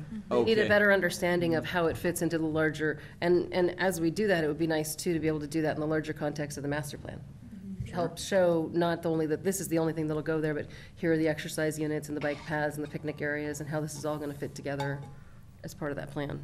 Right, maybe have a copy of the master plan, it shows it there. And then we do our larger scale, in color to rendering, whatever, that kind of shows in perspective where it's at, and then we can have, Yeah, and I think definitely including the 10-foot perimeter fencing. Showing that, yeah. 'Cause I think that's part of the render. That like, could be surprising. seeing that, Mhm. yeah. Okay. Put some prison guards in there for good measure. Hey, we still have Right. chain link around the playground.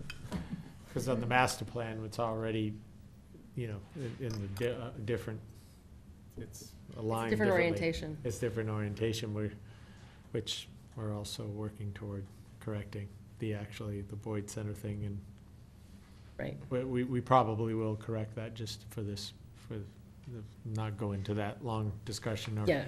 But we are going to correct the master plan as it pertains to the Boyd Center 35, and, the yeah, the Boyd parking Center. and the and plans for all parking. that, yeah. We're going to get that fixed, so maybe at the same time, we'll realign That's a good the idea. multi-sport courts as well, so it's not showing the incorrect. what was the line. final fence setup? Weren't we gonna do 10 foot against the baseball field, and was it 5 foot around the remainder?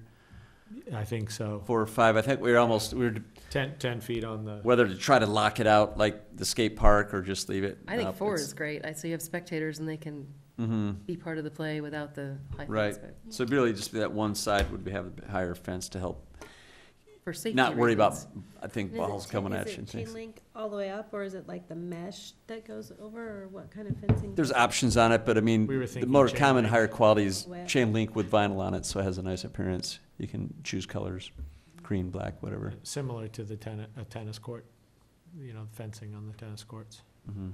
on the baselines. Mhm. Okay, well, it's, Really exciting. that sounds good. Anything else before we move on this? Thanks. Okay, thank you. Thanks, Greg.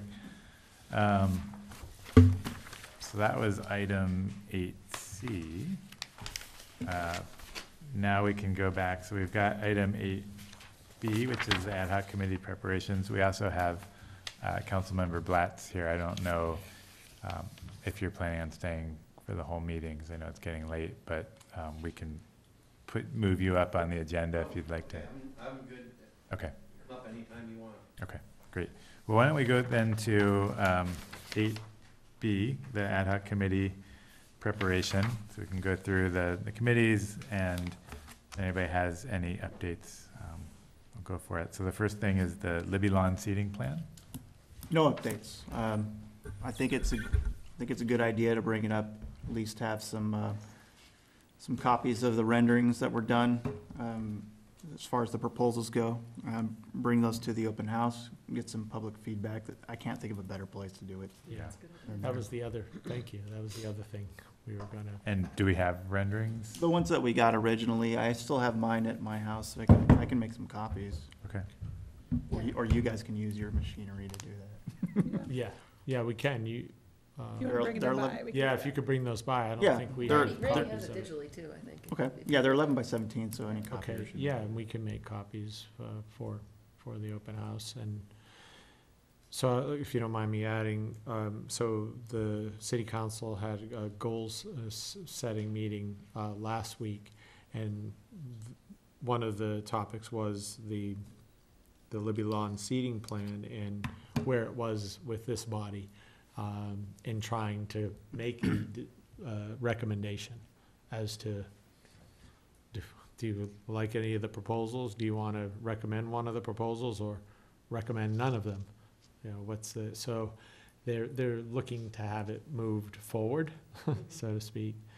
So I think, I understand we want that outreach. Sure, we have our opinions on it, but that doesn't really matter. What it boils down to is what the public opinion is, and us to be the voice of that opinion. Fair enough. I've got my opinion, whether or not we need to spend the money, that opinion's irrelevant. You know, so I think we should base it on a couple of factors. One is the amount of feedback we get, if we get feedback, at the open house. Right. And maybe feedback from your end on the Libby Bowl aspect, what their opinion is. They think it's a great idea and they moved it here. I see. Yeah, They do. For feedback. For feedback. Generally, that Oh, committee, yeah. not to have that seating, but to get feedback, community To get more outreach. public outreach on it, but the consensus there was that it's a good idea. So we're left to where we were before, and that's public outreach and how to go about doing that. Okay. So as to the, I think the open house is a great time too. So we've now got 2 stations, sport courts, some kind of survey with the visuals that people can respond to and the questions we want answered, lawn seating, visuals, and ask them to give their feedback on options that are presented in there, Yeah. and general feedback on if they think it's important. Right.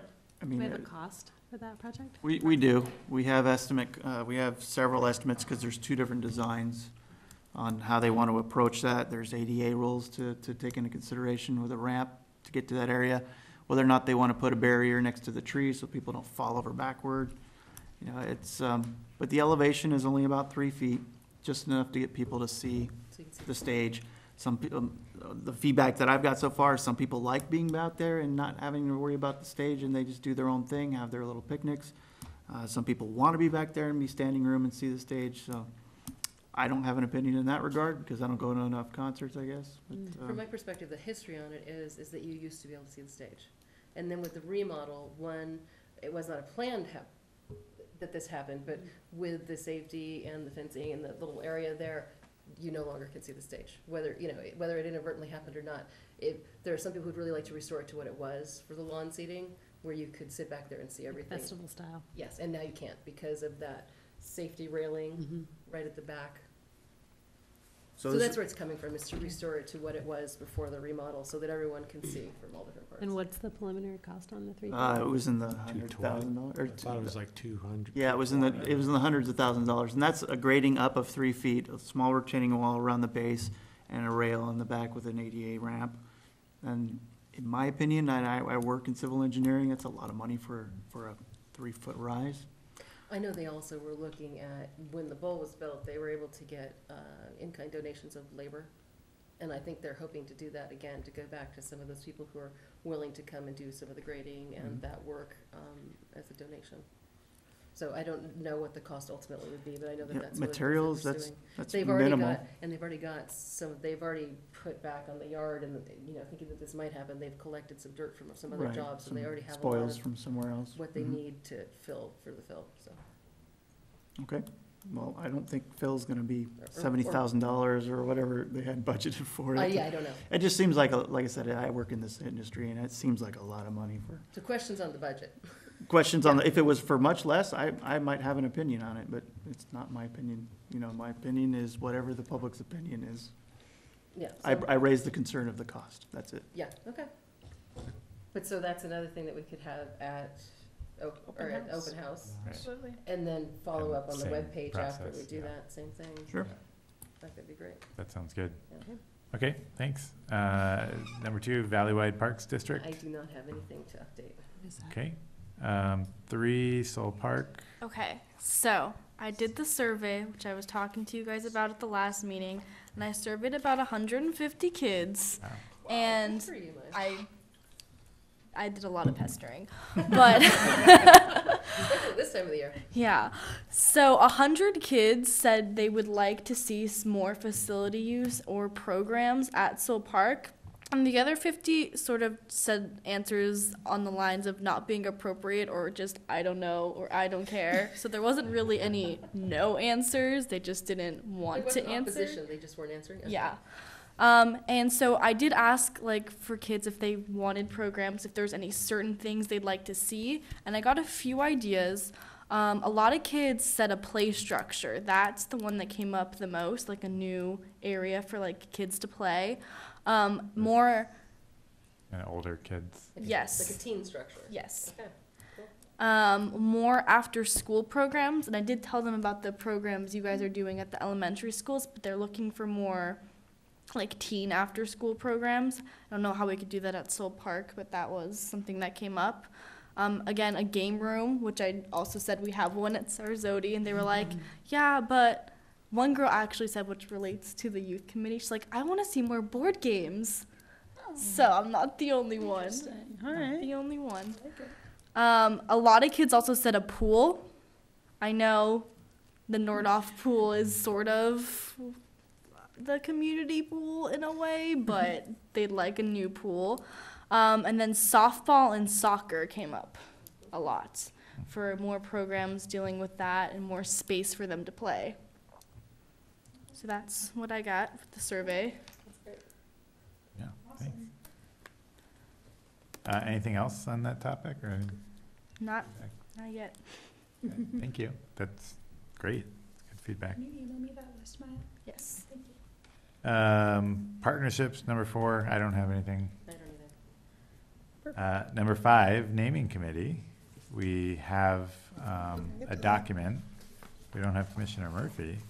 Do we want to get to that Under under? next time? We do have it as a separate agenda item. I think we may as well start talking about it. Okay. But yeah, we can wait till 8D on the agenda. We're jumping all over the place. I gotta ask, this has a revision dated 2014. Where did you guys find this?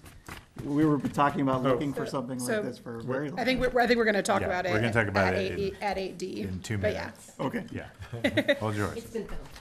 All right. Number 6, youth committee. Yes. Okay, so Allison and I met, was it just this week? Last week? Last week. With Natalie about some possible options for summer events for teens. And we came up again with another ping pong tournament because the last one we had a good amount of people. And I think since during that night there was also a really big football game. So if we had it over the summer where there's not a lot of things for kids to do, especially in air-conditioned areas, that'd be more popular. And also we discussed a teen movie night. Maybe try that again. And maybe team up with the Youth Foundation with doing it and possibly doing it at Nordhoff. Because Nordhoff has ping pong tables. They have, I think, 2 or 3 of them that they bring out every day at lunch and snack for kids to play with. So they have the space and they have the equipment to do it if we can figure out how to let them use it. And then we were thinking date-wise, like early July and August. Definitely. And the other thing we talked about is if we do a ping pong tournament potentially at Sarasota, also doing like ping pong tournament / game night or whatever, so that it doesn't just draw the ping pong kids, but also have like, the game room open. And then also we have video games in the art room. So kind of push those other options for that one night of trying to draw a broader group of people for the. And it sounds like you have a group of kids interested in board games? Yes. Well, I have a volunteer for you. Okay. One girl, I think she was a sophomore, ran up to me last week and she's like, "Do they have board games at the rec center?" And I told her I didn't know, but she seemed really pumped about board games. So I think it's something too that if you could make it, there's an adult subset of people who are very interested too. I will volunteer Dave for this. Huge board game players, and they travel around to different parts of Ventura. There's tournaments. And things. No. Yeah. My family goes to board gaming conventions. So, but there's been an interest to start something. So it's something that maybe could start with the teens. Yeah. So Personally, I love board games, so I'm down for that. Well, so I have a volunteer for you. Are puzzles a thing for youth yet? Board game and puzzle I night? think the reason we don't like puzzles is because it takes too long. Yeah, like, there you go. I don't know. We're definitely, our goal, I think, is to do 2 events this summer. And then I'm gonna be hopefully revisiting the kind of workshop series next fall, potentially with another youth commissioner. We'll see. That sounds great. Oh. I was gonna say, given that Commissioner Gilbert will be heading off to college soon, but also that you've made a lot of progress in identifying types of activities, you know, that would be good for kind of that teen subset of the population. It'd be good to have some kind of handoff to, like, I know Commissioner Dutter was working with you, and he's not on the commission, but to have a commissioner, I mean, along with Allison, that kind of are taking all of that kind of thought you've put into this and can kind of start working with a new commissioner. It's a good on idea. this. Any volunteers? So something to think about, but maybe for our next meeting, That's a if good one of idea. us could step up and Okay. work with Commissioner Gilbert. Anything else on the youth committee? No, that's it for now. Okay, great, thank you. So then, item 8D, naming policy for city facilities and plaques. Yes, so to answer your question about the date at the top, so this is the version that was the last time it was being worked on by a ad hoc committee from this commission was this date. And so this is the way I found it. And we really haven't done much editing. So Commissioner Murphy and I have met on it once and read through it. And I talked off him. I just sent him this one to send to you guys so you can see we got it in actually really good shape. So for the most part, I mean, I've read through it and I have kind of little edits of grammatical things or some structuring things. And then in the back, there's like the applications that I think need some formatting work. But for the most part, it's in pretty good shape. So we wanted to bring it to you guys just to see what you think of the overall policy and breakdown. So a little history, having been here at that time on the commission, they thought they were close to done. They really felt like they were wrapping it up, but then they got to the memorials part and some smaller plaques and remembering people, and that part wasn't laid out as well as they thought it should be here, and that's where they pulled it back to address that, and then it kind of got dropped. I think a lot of things came up, like Libby Park and, the playground and some other stuff came forward, so they thought they were close, and then they realized that they had a gap and they weren't quite covering everything, and that's where it came back to get worked on, so. Yeah, like anything, Yeah. it didn't have it wasn't a top priority, and I don't know if I'd categorize it even to this point as a top priority, but I personally feel it would be great to have a policy like this for the city and an avenue for when people want to do plaques and memorials, that there's a process that they need to go through, a formal process that they need to go through. And there are plenty of other cities, which is where we got a lot of this material from other cities, Sure. that have a process for plaques and memorials. Ours is kind of, a process is random. Let's not leave any burdens for future generations of commissioners and finish this up. It does seem like, though, we should wait for Commissioner Murphy to have much of the Well, discussion. yeah, I'm not saying No, tonight. I know, but I'm just thinking, Yeah. since he's the one doing a lot of the work. Right. And I did read through it, and I have some just kind of high-level comments that, we can forward on to Commissioner Murphy. But it seemed like, I think this is a great start, and it kind of gives a framework for thinking about like this, what it is, what are the different things it is, and what do you need. But it feels like we need to kind of take a step back and just, before we're trying to clean up language or something, really kind of clean up, like, for each of these things, the types of things that we're naming, which I think is new facilities, existing facilities, and then plaques and memorials. For each of those 3 categories, what are the criteria for consideration? If it's different for each of those, the fund, who's funding it, who does the work, who does the review. So I think a lot of that material's in here. It just seemed a little bit You're saying jumbled. reorganize The it. structure of Yeah, it. Don't even think about the document. I think take a step back and let's just kind of like make sure we have all these kind of points Right, nailed down, and then, for each of those items. yeah. You want to define Answer the a certain scope number of in the first questions. place. Yes, yeah. So I think that'd be the type of discussion that I think would be useful. Yeah. Commissioner Murphy's here. It's kind of nailing those things down. I don't know if other folks had thoughts on the document or the topic. I think what you're saying is, it would add clarity to, I understand that this is also, they've written it with policies and procedures in mind, but still organizationally, I hear what you're saying. Right. Yeah, because in here, those are jumbled in some Right. places, and it's unclear if those policies apply to everything or just Yeah. one of these things.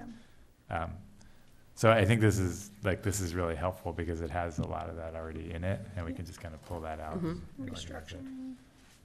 I mean, Makes sense. I don't know if it's affordable or what the budget has in store, but Allison mentioned too about possibly taking it to the city attorney and letting them That's what I was thinking, potentially once you guys have. rework that, once we think we've got it Right.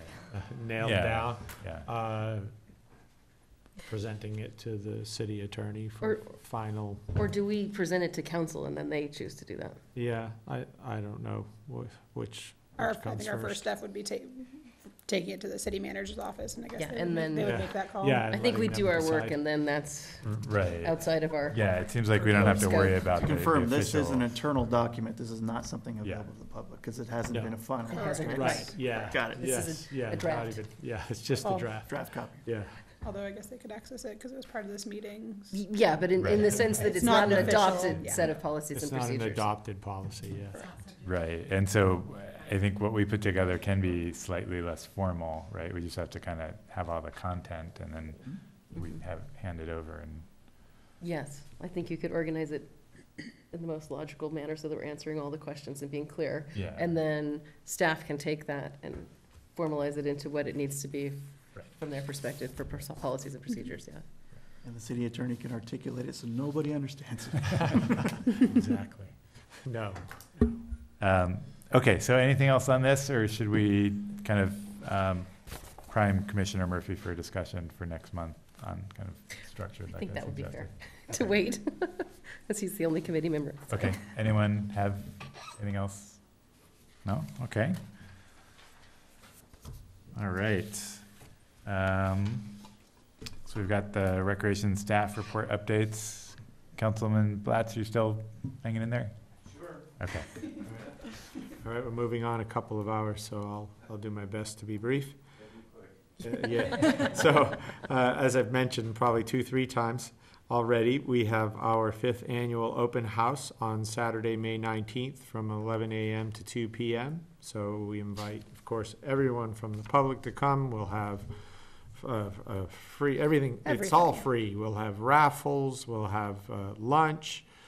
We've got the rock climbing wall, we've got bounce houses.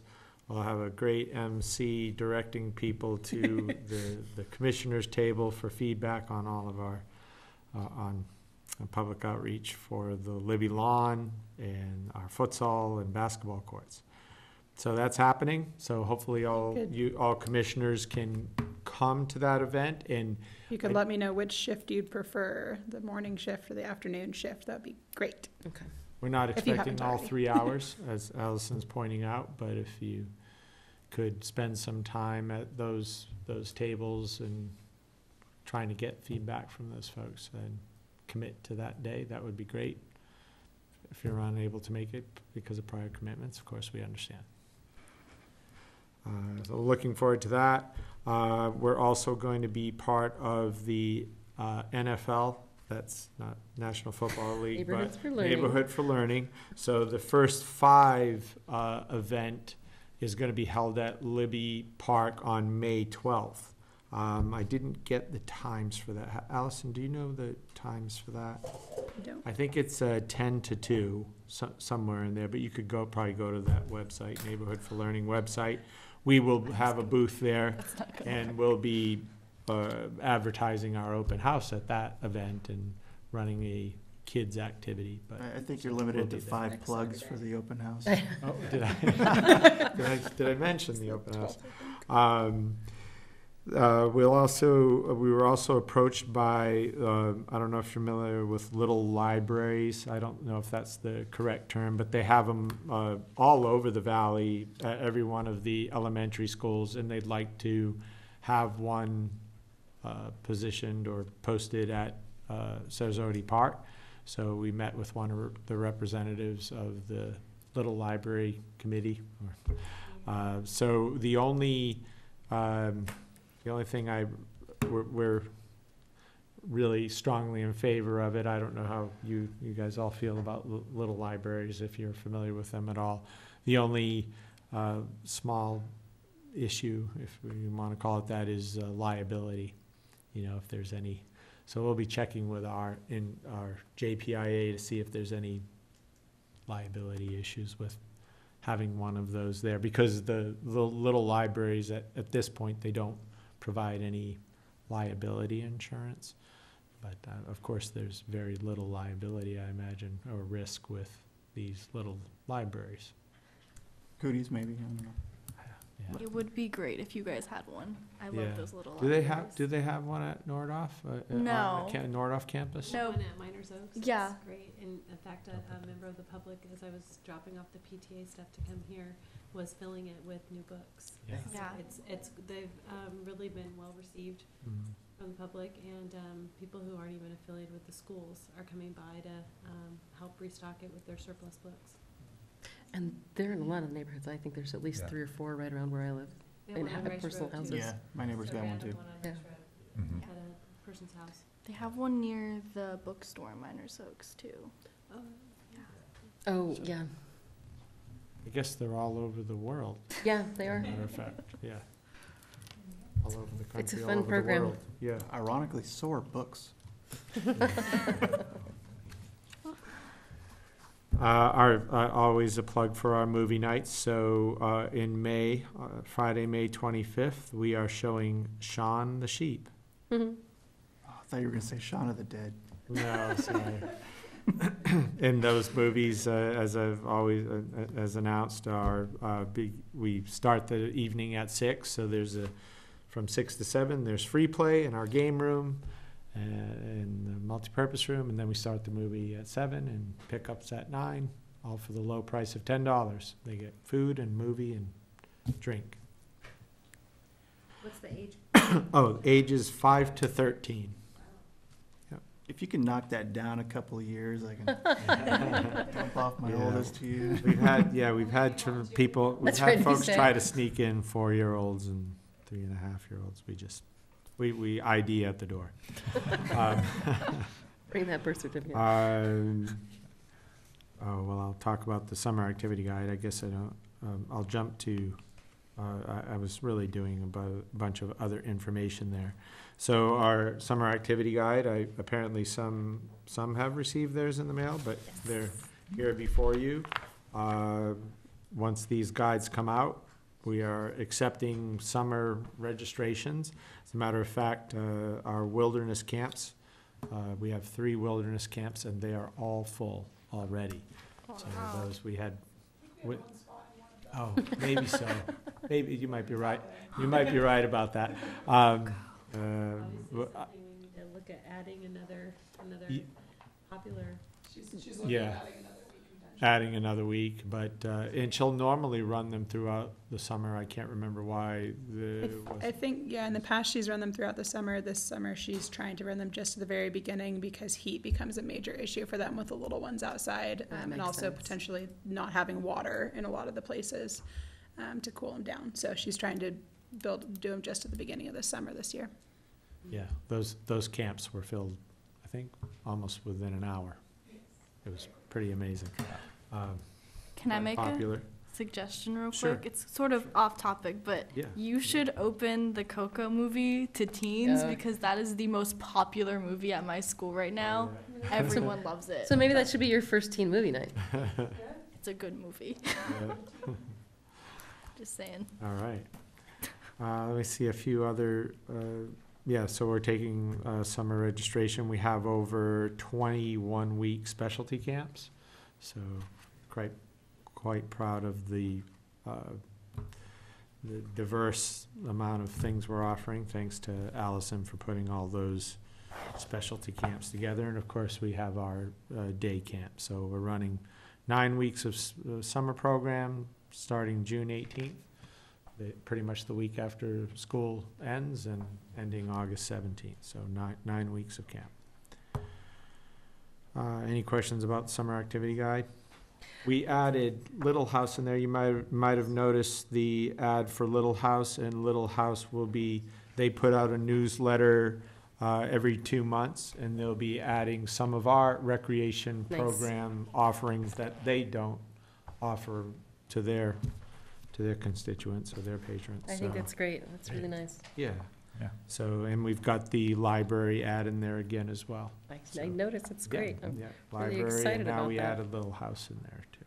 Okay, then I just have a question Sure. quickly about the senior strength training. Below it says adult strength and conditioning. Are they the same thing?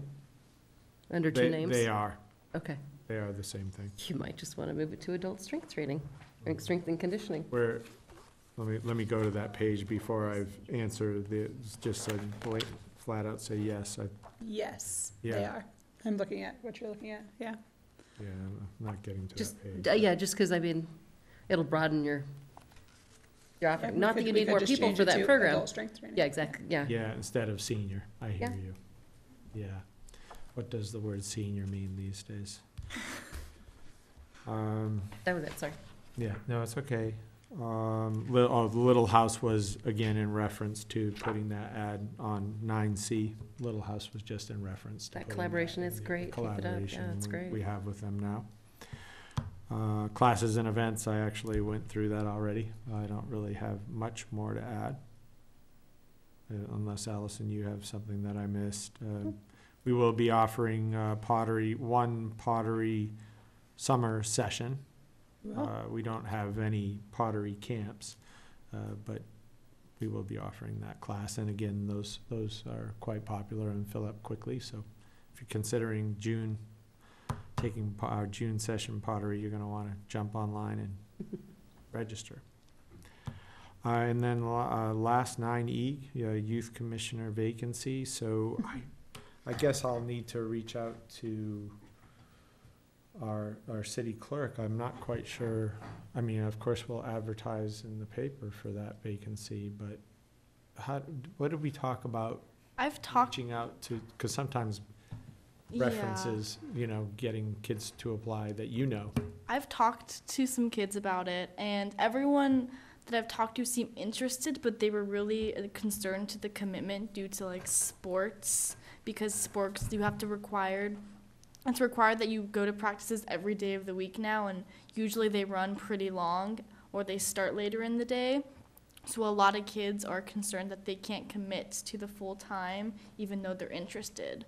So I've talked to kids who are maybes, but I haven't found anyone who's really interested yet. What do you think your last month of serving will be? Would that be July, Probably. realistically? I mean, I'll be here in August if you guys want me to No, come. I think August is fine. I think that's helpful for filling the position, is knowing that it would start September. Okay. Yeah. So with a starting date of September, and we could open it now, so that you open it while school's still in session, so that you could advertise, publicize it at the school. Mhm. And then just knowing that they would be starting in September. Yeah, so getting something on our city website, our Parks and Rec Facebook. website, and Facebook, and And at the high school. And I can get it in the something, bulletin.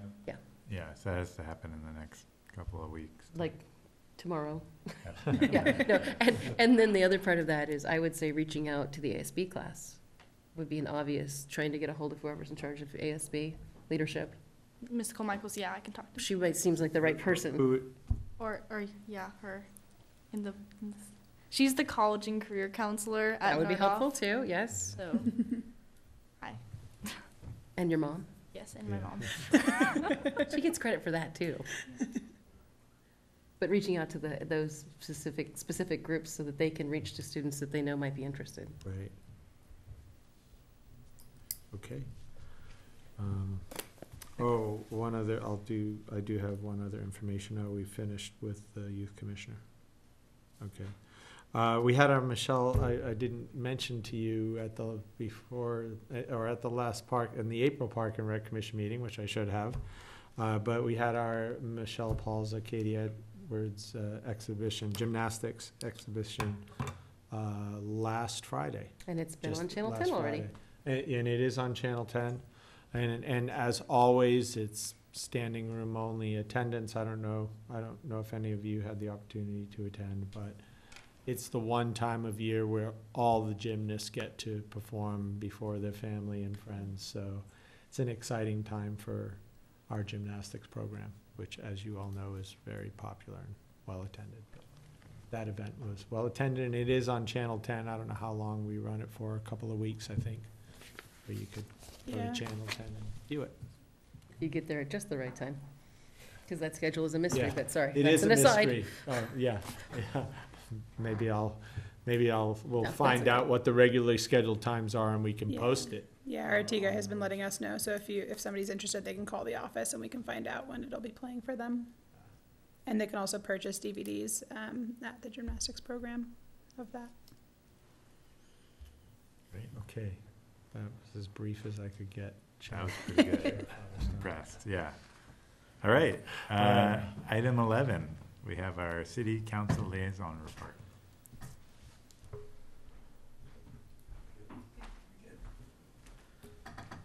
Well, good evening, everybody. It's nice to be here as always. Welcome to the new commissioner. Thank you. Glad to have you on board. You're one or two short tonight, though, but yeah. But we're full. It's better than just having four, that's for sure. So. I don't really have anything other than we did attend a goal-setting session that Sophocles was at. It's a 3-hour deal, as I recall. Yeah, it was. And, it was just going through all of everybody's ideas of where we should be pointing our attention. And of all the people, he got the least amount of attention because he's doing No. such a good job. That's how I took it. Yeah, that's right. That's how I took it. That's the way I took it too. I really don't have anything, although I love the discussion tonight on the basketball court. I couldn't have added any further discussion if I'd been up there. I thought that you covered it well. Anybody have any questions of me tonight? No? Paul, when's the next budget workshop? We have a budget workshop at 6 o'clock next Tuesday night. It'll go from 6 to 7. And what is that? What's the format of that? Well, we have to have our budget approved by the end of June. So we gradually move through it. So I think probably every council meeting from 6 to 7 until we're through it, and then maybe a whole nother night session to get the budget done. We don't have anything specific we're talking about. But if you have any requests for next year, make sure you've got it in. Most of what you guys request is all in the capital improvement fund, so that's pretty well earmarked, is the way you went through it tonight. We just need more, Yeah, just more. like everyone else. And, and as far as the seating at Libby Bowl, that knoll, I don't think there's any groundswell, as a bad pun, towards whether we leave it the way it is or do something. I don't think there's a overriding sentiment in the community either way, and I know there's not on the council. It'd be nice if people that wanted to see the stage from there, but I see a lot of people back there and they have no desire to see the stage, they just want to hear the music. And I guess that the concerts start up around May the 12th. Mm-hmm. I think the first main concert is, and they go pretty much all the way through the summer after that. Yeah, I haven't looked at I the think it's the English Beat. Libby Bowl website, but I think the first one is the English Beat Mhm. on the 12th. Mm-hmm. they can But it go looked to like there's a- LibbyBowl.org. LibbyBowl.org, Yeah, yeah. and so the schedule should be up there. I just happened to see that they have a poster, It's or true. somebody has a poster up. And it was over at Joe's Quick Stop when I went in the other day and I happened to see it. It worked. It really worked, good. yeah, it really worked. It was great. Well, thank you. Again, I can't thank you guys enough for your hard work. City can't operate without our commissions, and Park and Recs is one of the most important ones, so thank you. Yeah, thanks for Thank you. coming. I'm here next month as well, so looking Sounds forward to good. it. All right, future meeting dates and agenda items. So it sounds like for next month, we do want to bring back the naming policy discussion. I think it'd be a good time to have a workshop, which is not on Thursday night, like on a, I don't know, it's a different time, different venue kind of workshop where people can participate on talking about the Libby seating and about the sport courts And so with a more informal you're structure. talking about planning that workshop Yeah. next month.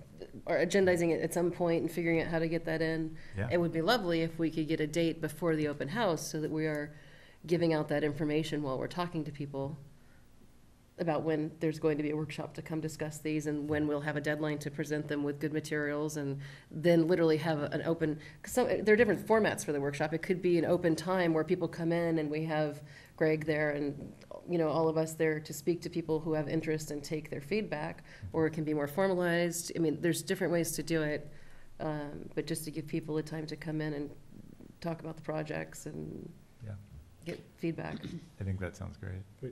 Well, if we're not able to pick the date before then, we can always gather their email addresses and, you know, let them know that we're going to be planning a workshop and reach out. to Yeah, them. I just find that if you catch them and have a date for them while they're interested and looking at something, because we've tried doing the emailing, some people who are really interested come, but it's hard to get a broad, even when we're doing Libby Playground, of all things. I mean, it's just easier to capture them when you're already capturing information from them. So if we could figure out a date now or before the 19th to put on the calendar that would work, it would be nice, because then we could, Where do we normally hold those?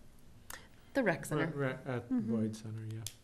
But the weeknight evening is going to be a hard sell for a lot of people. I know that weekends are a hard sell for a lot of people, but it at least gives you can leave a more open window for a little bit longer time and, you know, have it be, you know, a 4-hour long event where people can come in and.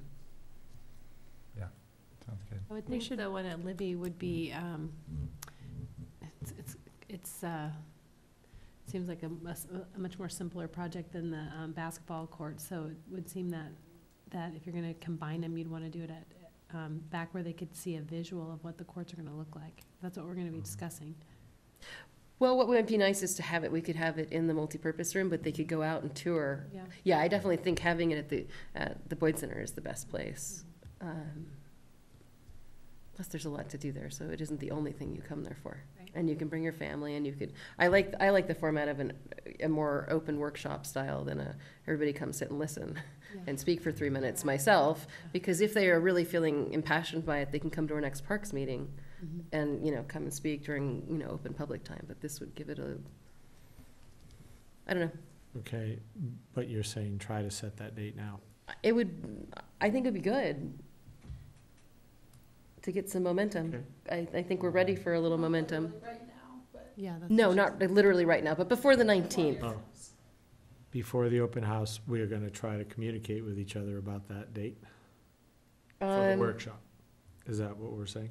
Is that what you're recommending? Yeah, Okay, because, yeah, it'll take us a little bit to see your what's schedule, availability. yeah, exactly. I know, because the Right. rooms are busy Yeah, they are. And then we want at least a few commissioners there. to be available. So gotta overlap Right. that with our availability. So I suppose we could go back on the staff level and figure out what dates are available. Then send it out And to then see send who's it out available to you when. and get Yeah.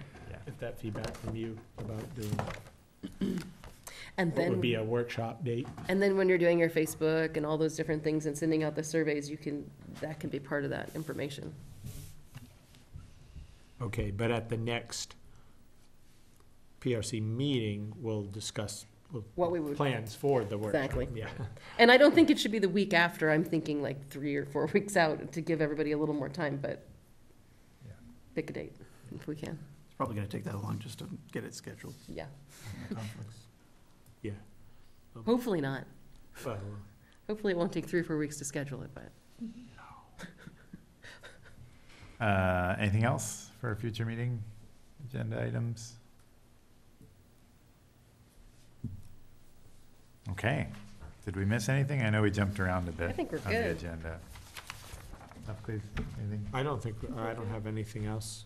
Okay, then this meeting is adjourned.